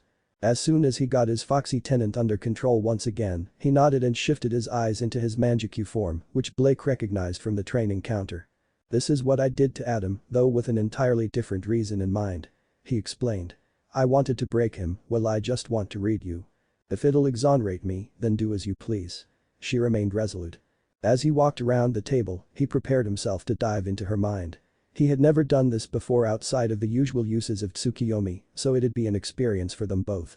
He knelt in front of her so he was level with her sitting form and locked eyes with her, immediately trapping her within Tsukiyomi. The thought of just how easy it'd be to break her here and now crossed his mind for but a split second as he dedicated himself to sifting through her memories to see if she was telling the truth. She's fucking hot. Kurama's voice came through once again when they came upon the first risque memory. Are we voyeurs? Indra asked. We're watching her shower. I feel very dirty. Naruto shivered in disgust at himself but nonetheless got a nosebleed. How do the Amanakas deal with this kind of stuff, seeing every waking memory floating around in here? Keep this memory up a bit longer. He could tell that Kurama was practically drooling. She's got a nice set on her. That's it. Naruto declared as he closed the memory before his nosebleed could get worse. On to the next. Can't be much worse than this. It was worse. Now we're just watching porn. Indra groaned. Holy shit, Kurama at this point really was drooling. Catgirl's got some moves. Is that even legal? This time Naruto fell victim to the spectacle that was Blake's ex-life. We're wasting time here. Indra admonished the pair while stifling his own nosebleed, and seeing as this was someone else's mind, he projected himself into the fray and closed the memory. We've gotta go deeper. Like the dude in the memory we just saw. Kurama suggested and got throttled by both Naruto and Indra for his trouble. Bad fox. Naruto yelled. No more sex jokes or innuendos for you. Then don't open up another of those memories. He shot back. The jokes are begging to be made when you open up a porno in front of me. Here it is. Indra sighed as he came across some clean memories that actually contained what they were looking for. I'll be damned. Naruto chuckled. She was telling the truth after all. We can confirm that she was telling the truth. Indra nodded. But we still need more information on the Fangs as a whole, not just Blake. Got it? Kurama exclaimed as he found another batch of memories, this batch of the many meetings that Blake was in attendance for. She was a direct subordinate of Adam, so what we're getting here is quality info. Naruto reasoned, then closed the memories once they were done with them. And I think that's all we need. No more pornos. No. Naruto once again yelled. I'm done here. Before Kurama could protest, he cut the connection to Blake's mind and ended the Tsukiyomi. Once he was back in reality, he shook his head a few times and pinched the bridge of his nose just as it began bleeding, and he knew why not that he'd ever tell. Must have strained myself a bit too much. He chuckled through his lie as he was handed a rag from Winter. Well? James asked. Is she telling the truth? 150% the truth. He responded as he wiped his nose clean. And I went one step farther. If you wish to follow up and ask her about the Fangs, I can fact-check her story. Then what's to be done with her? Winter asked. If she didn't know about the kidnappings and if she was planning on leaving. Miss Belladonna Osborne regarded her after weighing his options. You may stay here if you wish. The next school year is only a few short months away. I'm sure I could fit you into the curriculum. There's always a catch. Blake lightly scoffed. So, if I were to say yes, what would the catch be? In return for safe harbor, you tell us everything you know about the White Fangs, and we put your story up against what Naruto here saw in your mind. If it's genuine, then you have nothing to worry about. That's acceptable. She nodded after a hesitation. And it is for me as well. James agreed. I'm willing to overlook this rap sheet in favor of information, so consider your record wiped for now. Mr. Uzumaki, you're free for the day. Osborne turned to the blonde. Classes are over, so you're free to return to your team while we all work the rest out. Of course, Professor. Naruto nodded and went for the door. Winter, you can go get some air as well. James excused the girl, a knowing glint in his eye. I'm fine, General. Winter shook her head. Naruto has to deal with the insubordinate member of his team, so I'll let him have his privacy. Doghouse for you, my friend. Kurama laughed. What did I do? Naruto was mentally panicking. Your younger sister. Indra supplied. Not yet, I haven't. Not like that, Dumbus. You kissed her and Winter saw you. Shit. You can salvage this, Casanova. Kurama encouraged. Work that charm you have. I wasn't going to immediately return to my team. Naruto shook his head. Wanna join me for a walk, Winter? No. She once again shook her head. You have responsibilities now. Plus, Weiss might want a call from you before the day's done. Can't disappoint her, right? Naruto knew the tranquil fury of a woman all too well. Hinata, while soft-spoken, was a master of that kind of intimidation once she put her mind to it, and he was now receiving the mother of all death glares hidden behind the kind veneer his sister always wore when talking with him. I guess you're right. He faked a smile. Take care, Snowflake. Before Winter could even say anything else, he opened the door and ducked out of the room. He knew he had fucked up and he knew that the best thing he could do was wait. He knew Winter would cool off eventually, he knew she'd call and apologize. He was her soft spot and she his, it was always how things would go. They'd get into a fight and then they'd make up the very same day. Shaking himself free of the situation, he put his game face on as he made for his team's dorm. Once there, he opened the door rather quickly and stormed in. What the fuck were you thinking? He bellowed as he slammed the door behind him. Something wrong? Sakura innocently asked as she finished slipping into her pajamas. Sakurino warned. I'd not antagonize him now. I'm not apologizing for what I did. She glanced over to her friend of another life. Uruno Sakura. He again bellowed, this time in Japanese. Stand at attention when your Hokage is speaking to you, Jounin. Instinctually, she shot to her feet and snapped into attention, while Ino and Tenten did the same, while the former erected a silencing seal around the room. Now, explain to me why you thought it'd be a good idea to second-guess me in front of both Ospen and General Ironwood. He continued his Japanese tirade. Make me understand why you thought insubordination and outright embarrassing me in front of the headmasters and my own sister was a good idea. Hokage-sama. Sakura sounded out in Japanese. Who the fuck said you could speak? He got right into her face, eyes blazing with the Sharingan. I don't remember saying you could speak. Or are you still being rebellious? Silence was his answer. I thought so. He turned on a heel and temporarily dropped the silencing seal as he opened the door. You two go for a walk. He said to the other girls in the room, this time in English. Right away. Ino rushed out of the room a bit too quickly for her own tastes, followed closely by Tenten. After closing the door and checking to see if the silencing seal was up, Naruto turned around and regarded his Pinket teammate again. Speak freely. He sighed. I went too far. She also sighed as she sat upon her bed. I'm scared for you, Naruto. Scared for me? He asked with a quirked brow. Why? You know why? Her head snapped up to stare at him. You're changing. You're not the same person you were in our past lives. That's the thing, though. He couldn't help but chuckle. That was my past life. The current me is what my current life has turned me into. I don't know if that's better or worse. Her head drooped once again. Knowing that Indra's not causing this or knowing that you've become what you are of your own volition. And what am I? He took a seat beside her. You're a mix of your old personality and Sasuke's. She glanced over at him. You can still be an idiot at times, but you're darker than you were previously. And it scares me. I was disfigured at a young age, and I very nearly had to watch my own sister be raped in front of me. He shook his head. Tell me you wouldn't do what I did to those who wanted to harm her. He paused and lifted her head up so their eyes met. Look me in the eyes and tell me that you wouldn't go to any lengths to see them pay if it happened to you. It's just she tore herself away from his grasp. It's a shock to me, at least. I remember you as a happy-go-lucky dense little idiot, but now I'm seeing shades of that personality mixed in with a bit of the Uchiha's obsessive hatred. If it's about reigniting the curse of hatred, you don't have to worry about that. He gave her a reassuring smile. I broke through Kurama's shell, and he was the physical manifestation of hatred itself. I think I can handle the risks that come with these eyes of mine. He deactivated his Sharingan and gave her left knee a reassuring squeeze with his right hand. I want you to promise me.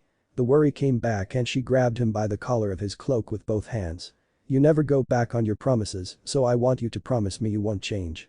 He smiled as he lifted his hands up to caress her own gently. As he took her hands into his, he leaned his forehead up against hers, and she could swear she saw those cold black eyes give way to the oceans of blue she had grown so fond of. It's a promise of a lifetime. He promised in Japanese, his voice a hopeful whisper to her ears. I'll hold you to that. She returned the smile as she got lost in the ocean that was his eyes. She didn't know if it was the frustration within her giving way or if it was the undeniable tension between the two or just the atmosphere combined with her unvoiced want, but Sakura was slowly leaning into him, pink and black highlighted blonde intermingling, as their foreheads never lost contact. Similarly, Naruto also found himself losing control of his own actions and leaned in as well. As soon as they both closed their eyes, their lips met and a jolt of electricity shot through their bodies. She raised a delicate hand and unclasped his cloak while his hands went to exploring her short pink locks. They had completely lost themselves into the kiss that they didn't want to end but had to as they broke for air. Their breaths intermingled with each other for but a fleeting moment as they dove right back in, their minds hazy with wanton lust and their hands now exploring their clothed bodies. Slowly and gently, Naruto pushed her down into her bed and deepened the kiss to the point where their tongues were shamelessly entwined within 2 lifetimes worth of pent-up emotions and tension. After breaking the kiss for a second time, Naruto worked himself out of his boots and undid his belt, which ended up being thrown haphazardly across the room with a thunk of the sonata hitting a wall. With Sakura's help, his vest and shirt had also been discarded, leaving him in only his pants. He then very quickly went to work undressing her, starting with her shirt, and this is where she flipped their positions. Sensually licking her lips, Sakura straddled him and leaned down to tease him with a maddeningly short kiss, then leaned back up and began to slowly unhook her pink bra. As he stared up at her, Naruto's hands came to rest upon her hips while she began rolling them a bit just to tease him a bit more. A throaty groan escaped him as he was hit in the face by her falling bra. Shaking the object from his face, he stared in amazement at the absolute stunning beauty that was Sakura's topless form. Shaky hands went up to caress her perky 34CS, and as they did, she moaned and leaned down once again, this time for a rather sloppy kiss, as she continued to roll her hips until she felt the treasure beneath his pants begin to grow. After another groan, Naruto flipped their positions again while she went to shedding him of his pants. Soon enough, the silencing seal was being tested to its limits, as no one on the outside of their dorm was aware of the lewd, loud and very, very passionate lovemaking going on inside. After some time, Sakura howled out in bliss as she hit her high for the 4th time, fingernails dug into Naruto's back and back arched slightly as he continued his charge. In the middle of it all, they shared a rather sloppy kiss that ended with a saliva trail between them. He was close now. As he went to pull out, her legs locked behind his back and her moans of keep going spurred him on further. After charging her a few more times, he buried himself inside her and their eyes locked as his essence poured into her again and again until he was spent. As he pulled himself out, he collapsed beside her and was barely aware of her snuggling happily into his arms. Their minds were still hazy, but their needs had been fulfilled. They didn't feel the gravity of the situation as they curled up into bed together that night, no, they went to bed with smiles and a glow. It wasn't until the following morning that reason had reasserted itself. With a rather loud yawn and a stretch, Naruto glanced around the room to find it still empty. Ah well. He shrugged. It's the weekend anyway. Ino and Tenten must be out shopping or something. Yeah, he heard a voice beside him and his eyes snapped back open.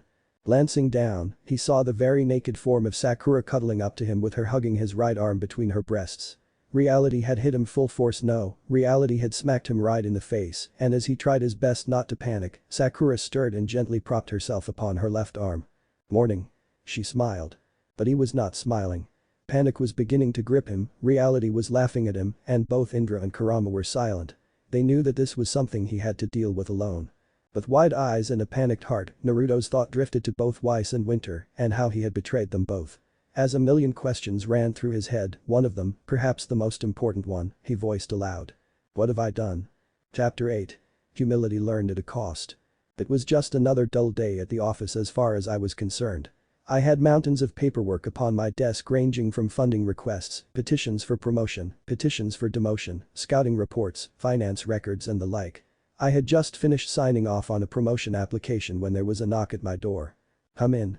I quickly bade the person to enter as I began skimming over a scouting report. Naruto. I looked up at my name being called to find Sasuke standing before my desk. Sasuke. I nodded to him and set the report down to give him my undivided attention. What's up? You remember that iron mine you opened a couple months ago? He asked, his face as neutral as ever, though I had known him long enough to know when he was suppressing his emotions. Yeah. I nodded once again with a raised brow. What of it? Has something happened? It's found something.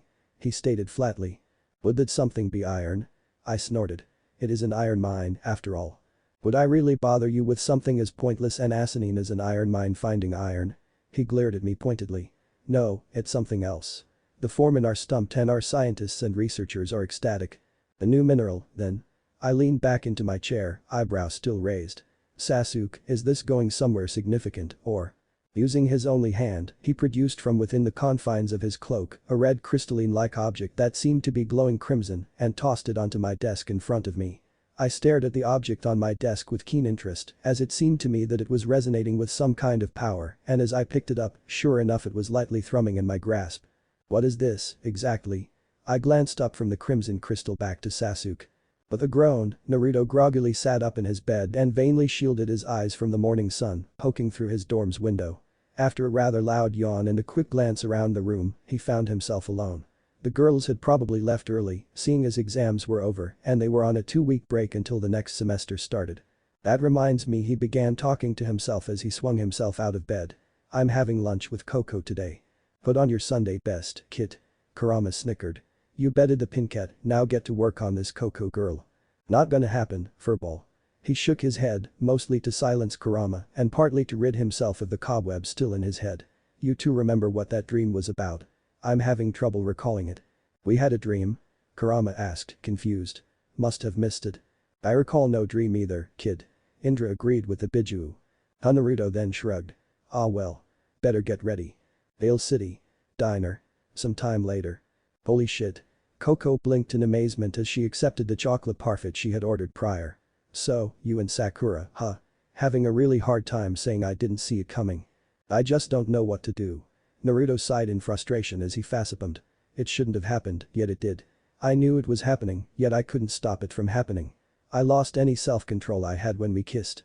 Sounds like you both needed to blow off some steam to me. She offered, taking a spoonful of her chocolate parfait as she did so. There's nothing wrong with what happened. It was a fling and that's it. As long as you recognize and decide for yourself that nothing else will come of this, then case closed. Odds above smile on us both that she didn't get pregnant. He resignedly sighed as he sunk into his booth.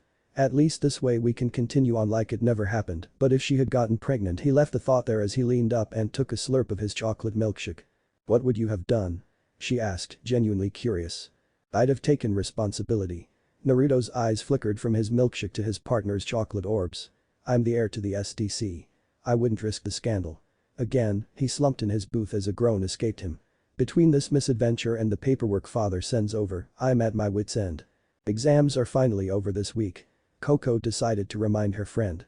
You'll be heading home today, won't you? To spend what little time I have between semesters doing exactly what I'm doing right now. If it were possible, Naruto would have been absorbed into the booth by now. Helping to manage the company, torturing myself for what happened with Sakura, and hoping to all the gods above that word of this doesn't get out. As he was being absorbed, he groaned and pinched the bridge of his nose. Giving me a damn headache, this is. Indulge my curiosity. Coco took another spoonful of her parfait. Obviousness of this situation aside and not counting your father and sisters, who would even remotely care about it? My Uncle Tai for one. Naruto finally removed himself from the confines of the booth and held up his right index finger. My paternal cousins, Ruby and Yang. He held up 2 more fingers. As unlikely as she is to hear about this, my maternal cousin, Purah, along with my Aunt Athena. His entire hand was open in the standard 5 gesture. I'd say my Uncle Crow, but he's got a bit of a drinking problem and can't keep it in his pants for the life of him. Anyone else? She pressed with a glint of interest in her eyes. Hearing about your family's intriguing to me. That's about it. Naruto shook his head and lowered his hand to adopt a contemplative pose. Well, there's also as if a switch had been flipped, his expression went from thoughtful to what seemed like angry to Coco. No. Again, he shook his head, this time a bit more meaningful. There's no one else. Okay. She decided to drop the subject. It's almost time for your airship to arrive. She quickly checked the clock on her scroll. Is this where we say goodbye for 2 weeks? Sadly, yes. He sighed as he rose from inside the booth and slapped some lean down to cover both of their charges. Atlas awaits the return of its prince. And why Sir King? Coco snickered as she stood with him and followed him out. Do I sense underlying jealousy? Naruto decided to cut a glance at his companion with a smirk. Not at all. Coco returned the smirk. I'm merely reveling in the delicious, scandalous nature of your relationship with your own younger sister. I'm adopted. I can get away with it. He shrugged, upon which he faltered when remembering something else. I also have to mend bridges with Winter. You love her, don't you? Coco had turned serious at seeing him falter. Yes. He merely nodded. You probably loved her first, then got caught up in Weiss's confession, right? She continued. You love them both and on top of your already complicated relationship issues, you have a one-night stand with Sakura to make things even more complicated. That's the gist. He sighed through a nod of his head. Well, she patted him on the shoulder. We've sorted the Sakura problem. All that's left now is Winter, which I can't even begin to help you with as I know next to nothing of either her or Weiss. She gave him a sympathetic look. All I can say is just sit down with either just her or the both of them and hash things out. Were it so easy. Naruto once again sighed for what felt like the thousandth time as they came upon Vale City's landing pads, whereupon was an airship with Schnee family markings waiting there for him. Wish me luck. He put on a smile for his companion as he turned to face her. Good luck. She giggled and pulled him into a hug which he reciprocated. And good travels. I'll see you in 2 weeks, Coco. He pulled away. Osbin's put my team in charge of prom, and I'd be remiss if I didn't get your opinions on a few things. I'll need all the decorating advice as I can get. It's a date. Her chocolate orbs met Onyx in a gaze which they held for but a brief moment before he tore his gaze away from hers and turned to walk away. And keep my family waiting. He threw a wave over his shoulder. Father will kill me if I'm late. Be careful. She called after him, realizing all too late she sounded like a nagging mother. Always am, Mom. He heartily laughed at his own joke as he boarded the airship. You have to tell him, Coco. She thought to herself as she stared at his retreating form. If not now, then definitely prom. Ask him to be your date, damn the consequences, we need an answer no matter the outcome. We're not going back to Atlas are we, Kit? Kurama stated as soon as Naruto had boarded the airship. Not immediately, no. Naruto confirmed aloud as he settled down into the lounge, knowing he was one of the very few people on the airship. We all have been having the same sensation, no? A dull throbbing in the backs of our heads. Indra piped up. Yes, it started during your conversation with Coco. Got any idea as to what it is? At a guess, it's who or whatever we screwed over when we intercepted the White Fang on that train. He suggested as he closed his eyes and took in a breath. He sat there in the chair for but a scant few seconds before an orange pigmentation surrounded his eyes, signaling the activation of Sage Mode, which he then used to feel out the now very apparent tug of power that was pulling at the back of his mind. He felt anger, envy, pride, darkness. It felt like he was staring down the soulless husks that were the creatures of Grimm, though unlike those monstrosities, this thing had a soul. Whatever it was, it had a soul and it was powerful. We're making a slight detour. He opened his eyes yet still allowed his Sage Mode to persist. Should we not notify your teammates? Asked Indra. Against something this powerful, they'd only be distractions at best. He shook his head as he rose from his chair and made his way to the exterior balcony that was attached to the airship. No, we'll go and take care of this ourselves. If we take care of whatever this thing is, then I'll bet we can end the grim menace here and now. And then retire to a life of monster hunting and business management with a dash of freaky three-way sex with 2 sisters. Kurama all but licked his lips. Oh. And the girl we were with today. And that cat girl we mind read. The one we all know for a fact is a freak in bed thanks to said mind reading. Indra scoffed into his fist. I propose we add her to our harem as well, kid. There's something wrong with the two of you, Naruto groaned as he hopped onto and off of the railing of the balcony in one swift move and shot off into the distance at speeds no normal human could hope to track. Thanks to you, I know how humans procreate and I've wanted in on that action for a long ass time now. Kurama growled. Come on. Hand over control to me when those sisters of yours decide to make their move. Not listening. Naruto screamed out while clutching his eyes shut. Unknown location. Same time.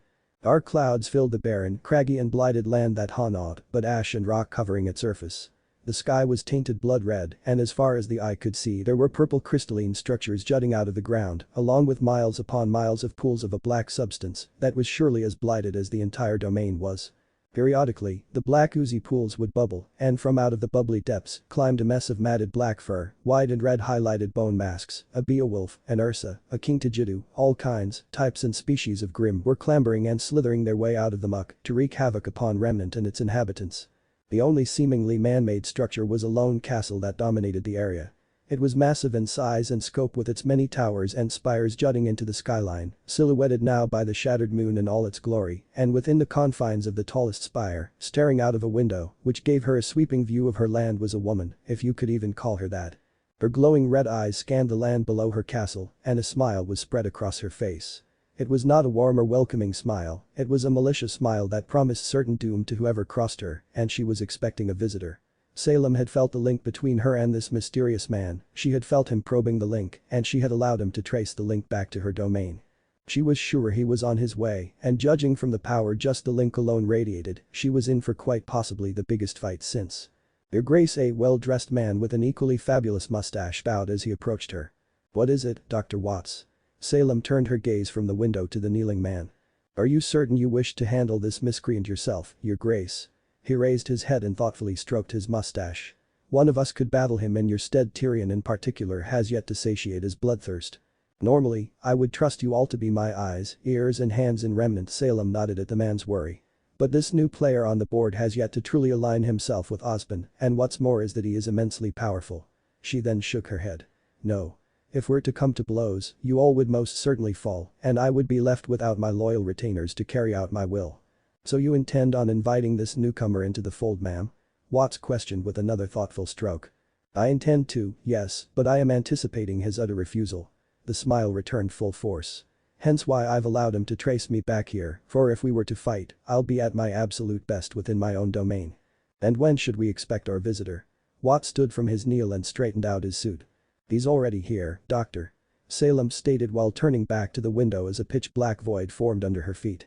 See to it that the castle remains secure. With her orders given, Salem seemed to sink into the void below her, leaving Watts alone in the meeting room they were occupying. With Naruto. Same time. This is some weird shit, Naruto hummed to himself as he carefully stalked his way through the blasted landscape, intent on making it to the castle in the far distance. Place reeks of evil, Kit. Kurama agreed with his host. Better we just detonate this entire region and be done with it. I am of a similar mind with the fox. Indra nodded his head. I suggest Biju mode for this, Naruto. Just as Naruto was about to argue, he came upon what seemed like an innocent pool of black ooze that was currently in the process of spawning a Nevermore. Right. He very quickly squashed his own protests. Glassing the entire damned place. How rude of you to decide to glass my home without even letting me know. A woman's voice broke through the monotonous silence which filled the area.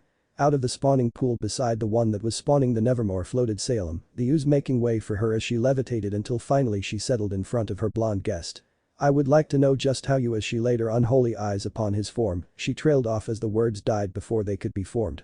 Her red eyes widened considerably, her previously stalwart demeanor now replaced by what seemed to be unbridled shock mixed with fear. Comparatively for Naruto, as soon as their eyes met, he went rigid. His eyes were also widened, his mouth was agape, and his hands were twitching against his will as something began tugging at the farthest reaches of his subconscious, waiting and begging to be released until it just stopped. He was left there with an irrational fear of the woman in front of him. Unsure of why he was afraid of her, yet mingled with the fear was a burning flame that was urging him to make the first move. How? Salem stuttered through her speech. How you but I. What? Naruto gulped as he tried to rein in his emotions. What the hell are you? But those words spoken, a switch was flipped within Salem. Before her stood a husk of a thing which she thought she rightfully feared no longer, it seemed, did she have to worry. So, she smirked. What I am is quite simple, really. She spoke, relief filling her bosom as she adopted a more regal demeanor. I am the queen of the grim, and you are trespassing within my kingdom. Kit. Kurama called out to his partner. Kit, get your head on straight and glass this bitch along with her kingdom. Father Indra hummed mostly to himself, making sure to turn off his mental light temporarily. You didn't, did you? So what you're saying? Naruto took in a quick calming breath. Is that if I kill you, then the grim will die with you? Greater than you have tried to kill me, boy. Salem narrowed her now glowing red eyes. I've tread equal measure with the gods, and even they could not lay me low. And yet you're somehow trapped here instead of wasting remnant with your divine wrath. He broke into a smirk and dropped into a taijutsu stance. You've tread with the gods. He scoffed as his eyes began to glow orange, a vertical slit now going through his sage mode eyes. Funny, I don't remember you at all. All at once, that palpable fear returned to grasp Salem's heart when she saw his entire form erupt into orange-yellow chakra. His white cloak was now the same color as his chakra shroud, with the inside fabric pitch black. Most of his clothing was now also pitch black, with 6 ethereal magatama hanging from his neck. His whisker marks were now 6 thick black horizontal bars. His hair was now glowing golden and had 2 horns growing out of his forehead. Behind him floated 9 completely black orbs, one of which floated into his waiting grasp and formed a black shakujo. To add to the terror that was shuddering through Salem's entire body, his previously glowing orange eyes morphed into the red of the Sharingan, then morphed again into its Manjikyu form.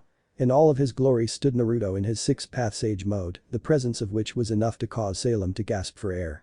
Without missing a beat, he began to levitate a few inches off of the ground and began floating over to her. You can't maintain this form for long, Kit. Kurama warned. So make it count. Shall we begin? Naruto asked politely, despite being in his most powerful form. But she quivered while taking a step back. It really is you. Spouting nonsense out of fear now, are we? He hummed. No matter. You'll die all the same, afraid or not. Not again, not again. she bellowed out, only to be silenced when Naruto flashed in front of her and stabbed one end of his shakujo through her throat, then bade one of his truth-seeking balls into an edged weapon and decapitated her when he had pulled his staff free. With her headless corpse still standing, he held out his right hand and began condensing some of Kurama's chakra into a spherical shape until Mini Bijuadama, super mini-tailed beast ball. Again, he spoke calmly even as he rammed the sphere of chakra into the corpse, which was blasted away in a rather large and vibrant explosion of reds and oranges with a fringe of black chakra. Satisfied that he had all but obliterated the woman, he began to ascend rather rapidly into the air as his chakra shroud began to grow in size while morphing into the vague outline of a huge nine-tailed fox and kept growing until it reached an absolutely colossal size. "Ready to glass this place, Kurama?" asked Naruto, who was floating within the forehead of the now emerged Kurama. "If we want to destroy the entire region, we're gonna have to use what little six paths chakra we have left," the Biju informed his host. "I'll give it my all if you do your part." Not needing any more encouragement, Naruto pointed both of his hands down at the castle, just as Kurama opened his gigantic maw, where another sphere of super dense black chakra began to form and grow in size until it dwarfed even the oversized fox. Upon reaching its full size and power, it suddenly collapsed in on itself, now roughly larger than a basketball hovering mere inches from Naruto's hands as he stared at the castle below him, the spawning pools of the grim and the overall tainted area that he was about to mercilessly glass. That was when he saw it. Tendrils of the black ooze slithering their way out of the spawning pools to coalesce in a single spot, slowly, very slowly revealing the form of Salem, who was now sporting a face-breaking smirk as the ooze consumed her and began growing and morphing, much like Kurama did when he was manifesting.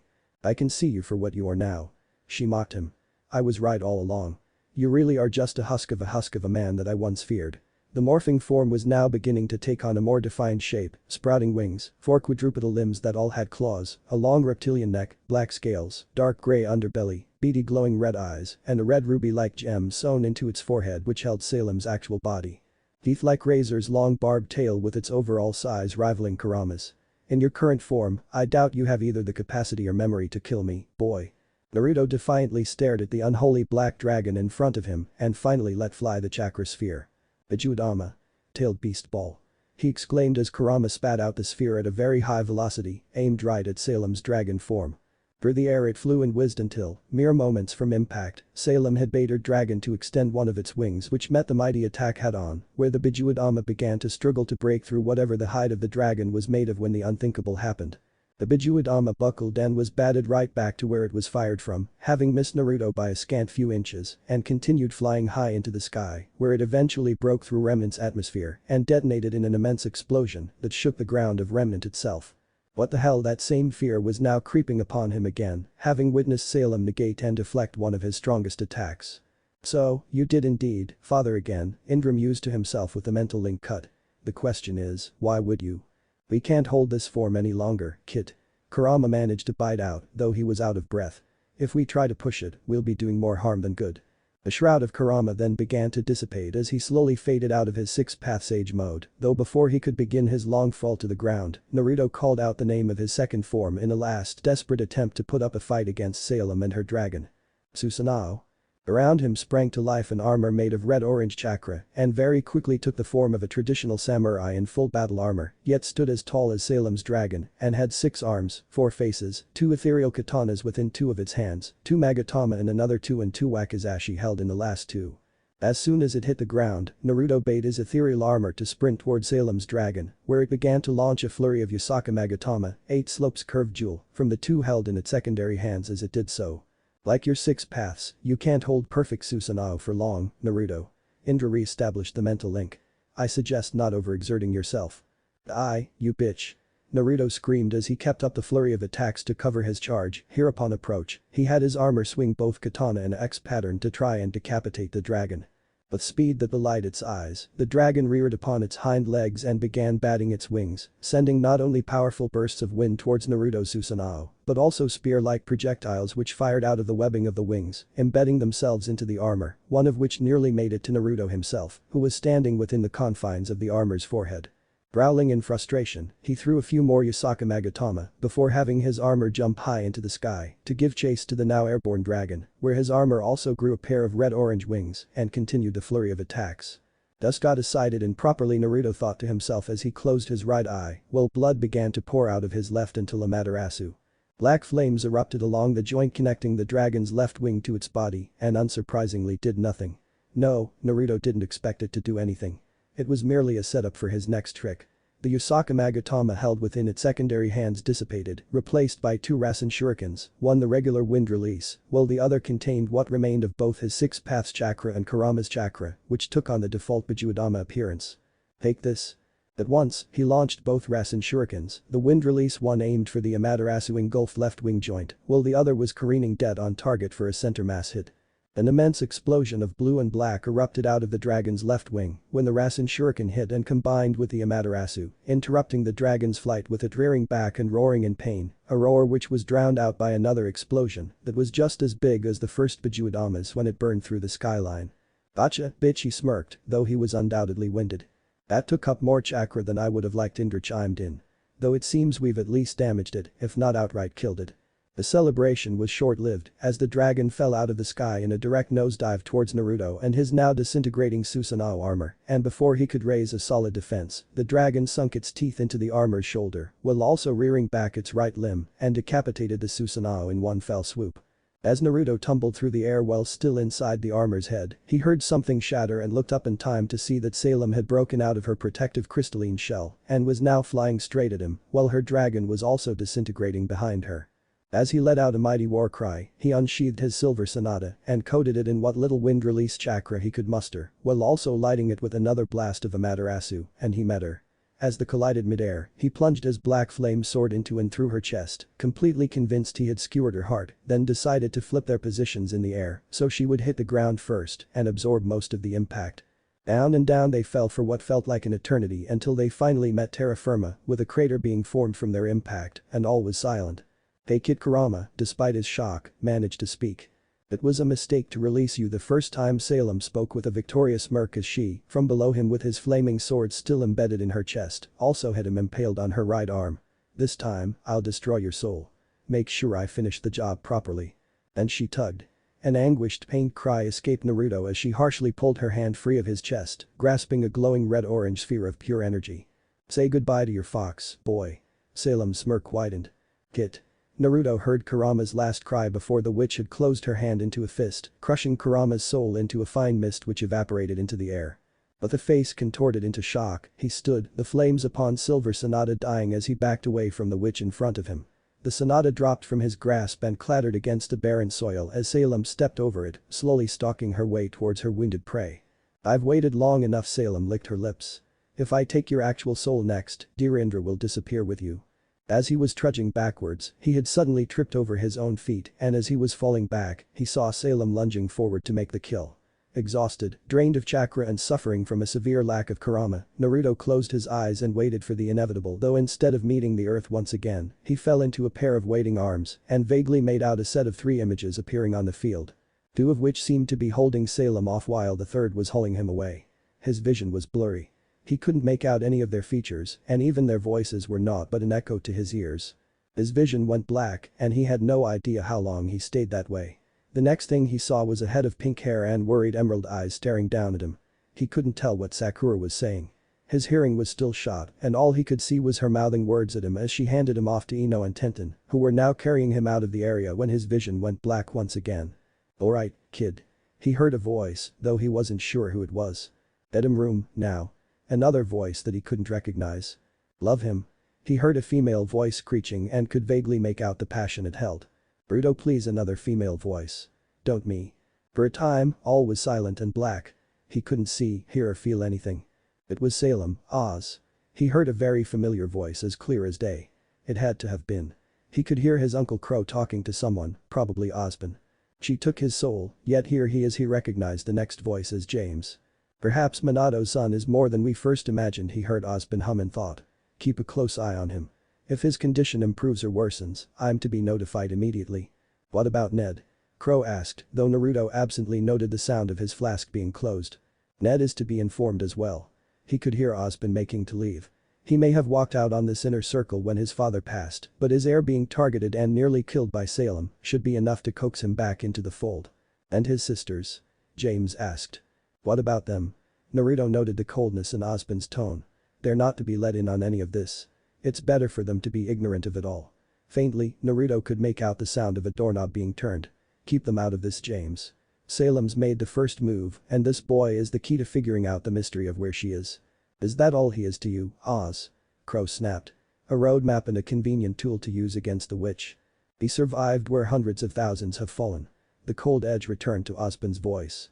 He knows where her base is, he knows how far she's evolved in power, he knows more about her right now than even I do. A door was opened. I need to know what secrets he holds. Those secrets may be what spares us from utter doom. The door was shut, and with it, his hearing turned into an echo once again, and he surrendered to the blackness. What are we calling this thing? I asked as I held aloft the thrumming red crystal. Do we have a name for it yet? Well, attempts to mine it have met with fatal results. Sasuke settled into a thinking pose. Getting just that much had to be done with careful precision. Even the smallest amount, if handled improperly, can be extremely volatile and hazardous if inhaled in significant quantities. But does it have a name? I returned to my original question with a groan. It's not official yet, but the miners have given it a local term because the majority of it has proved most hazardous on their lungs. Sasuke took the crystal from me and studied it himself with his now active Sharingan. And that term is? I rolled my eyes at his evasiveness. Dust. What if Naruto gets reincarnated in rwby? And thanks for watching my video till the end. If you enjoy this content, then do consider subscribing to my channel and leave a like if you guys need the next part, comment down, and thanks for watching the video and see you guys in the next video.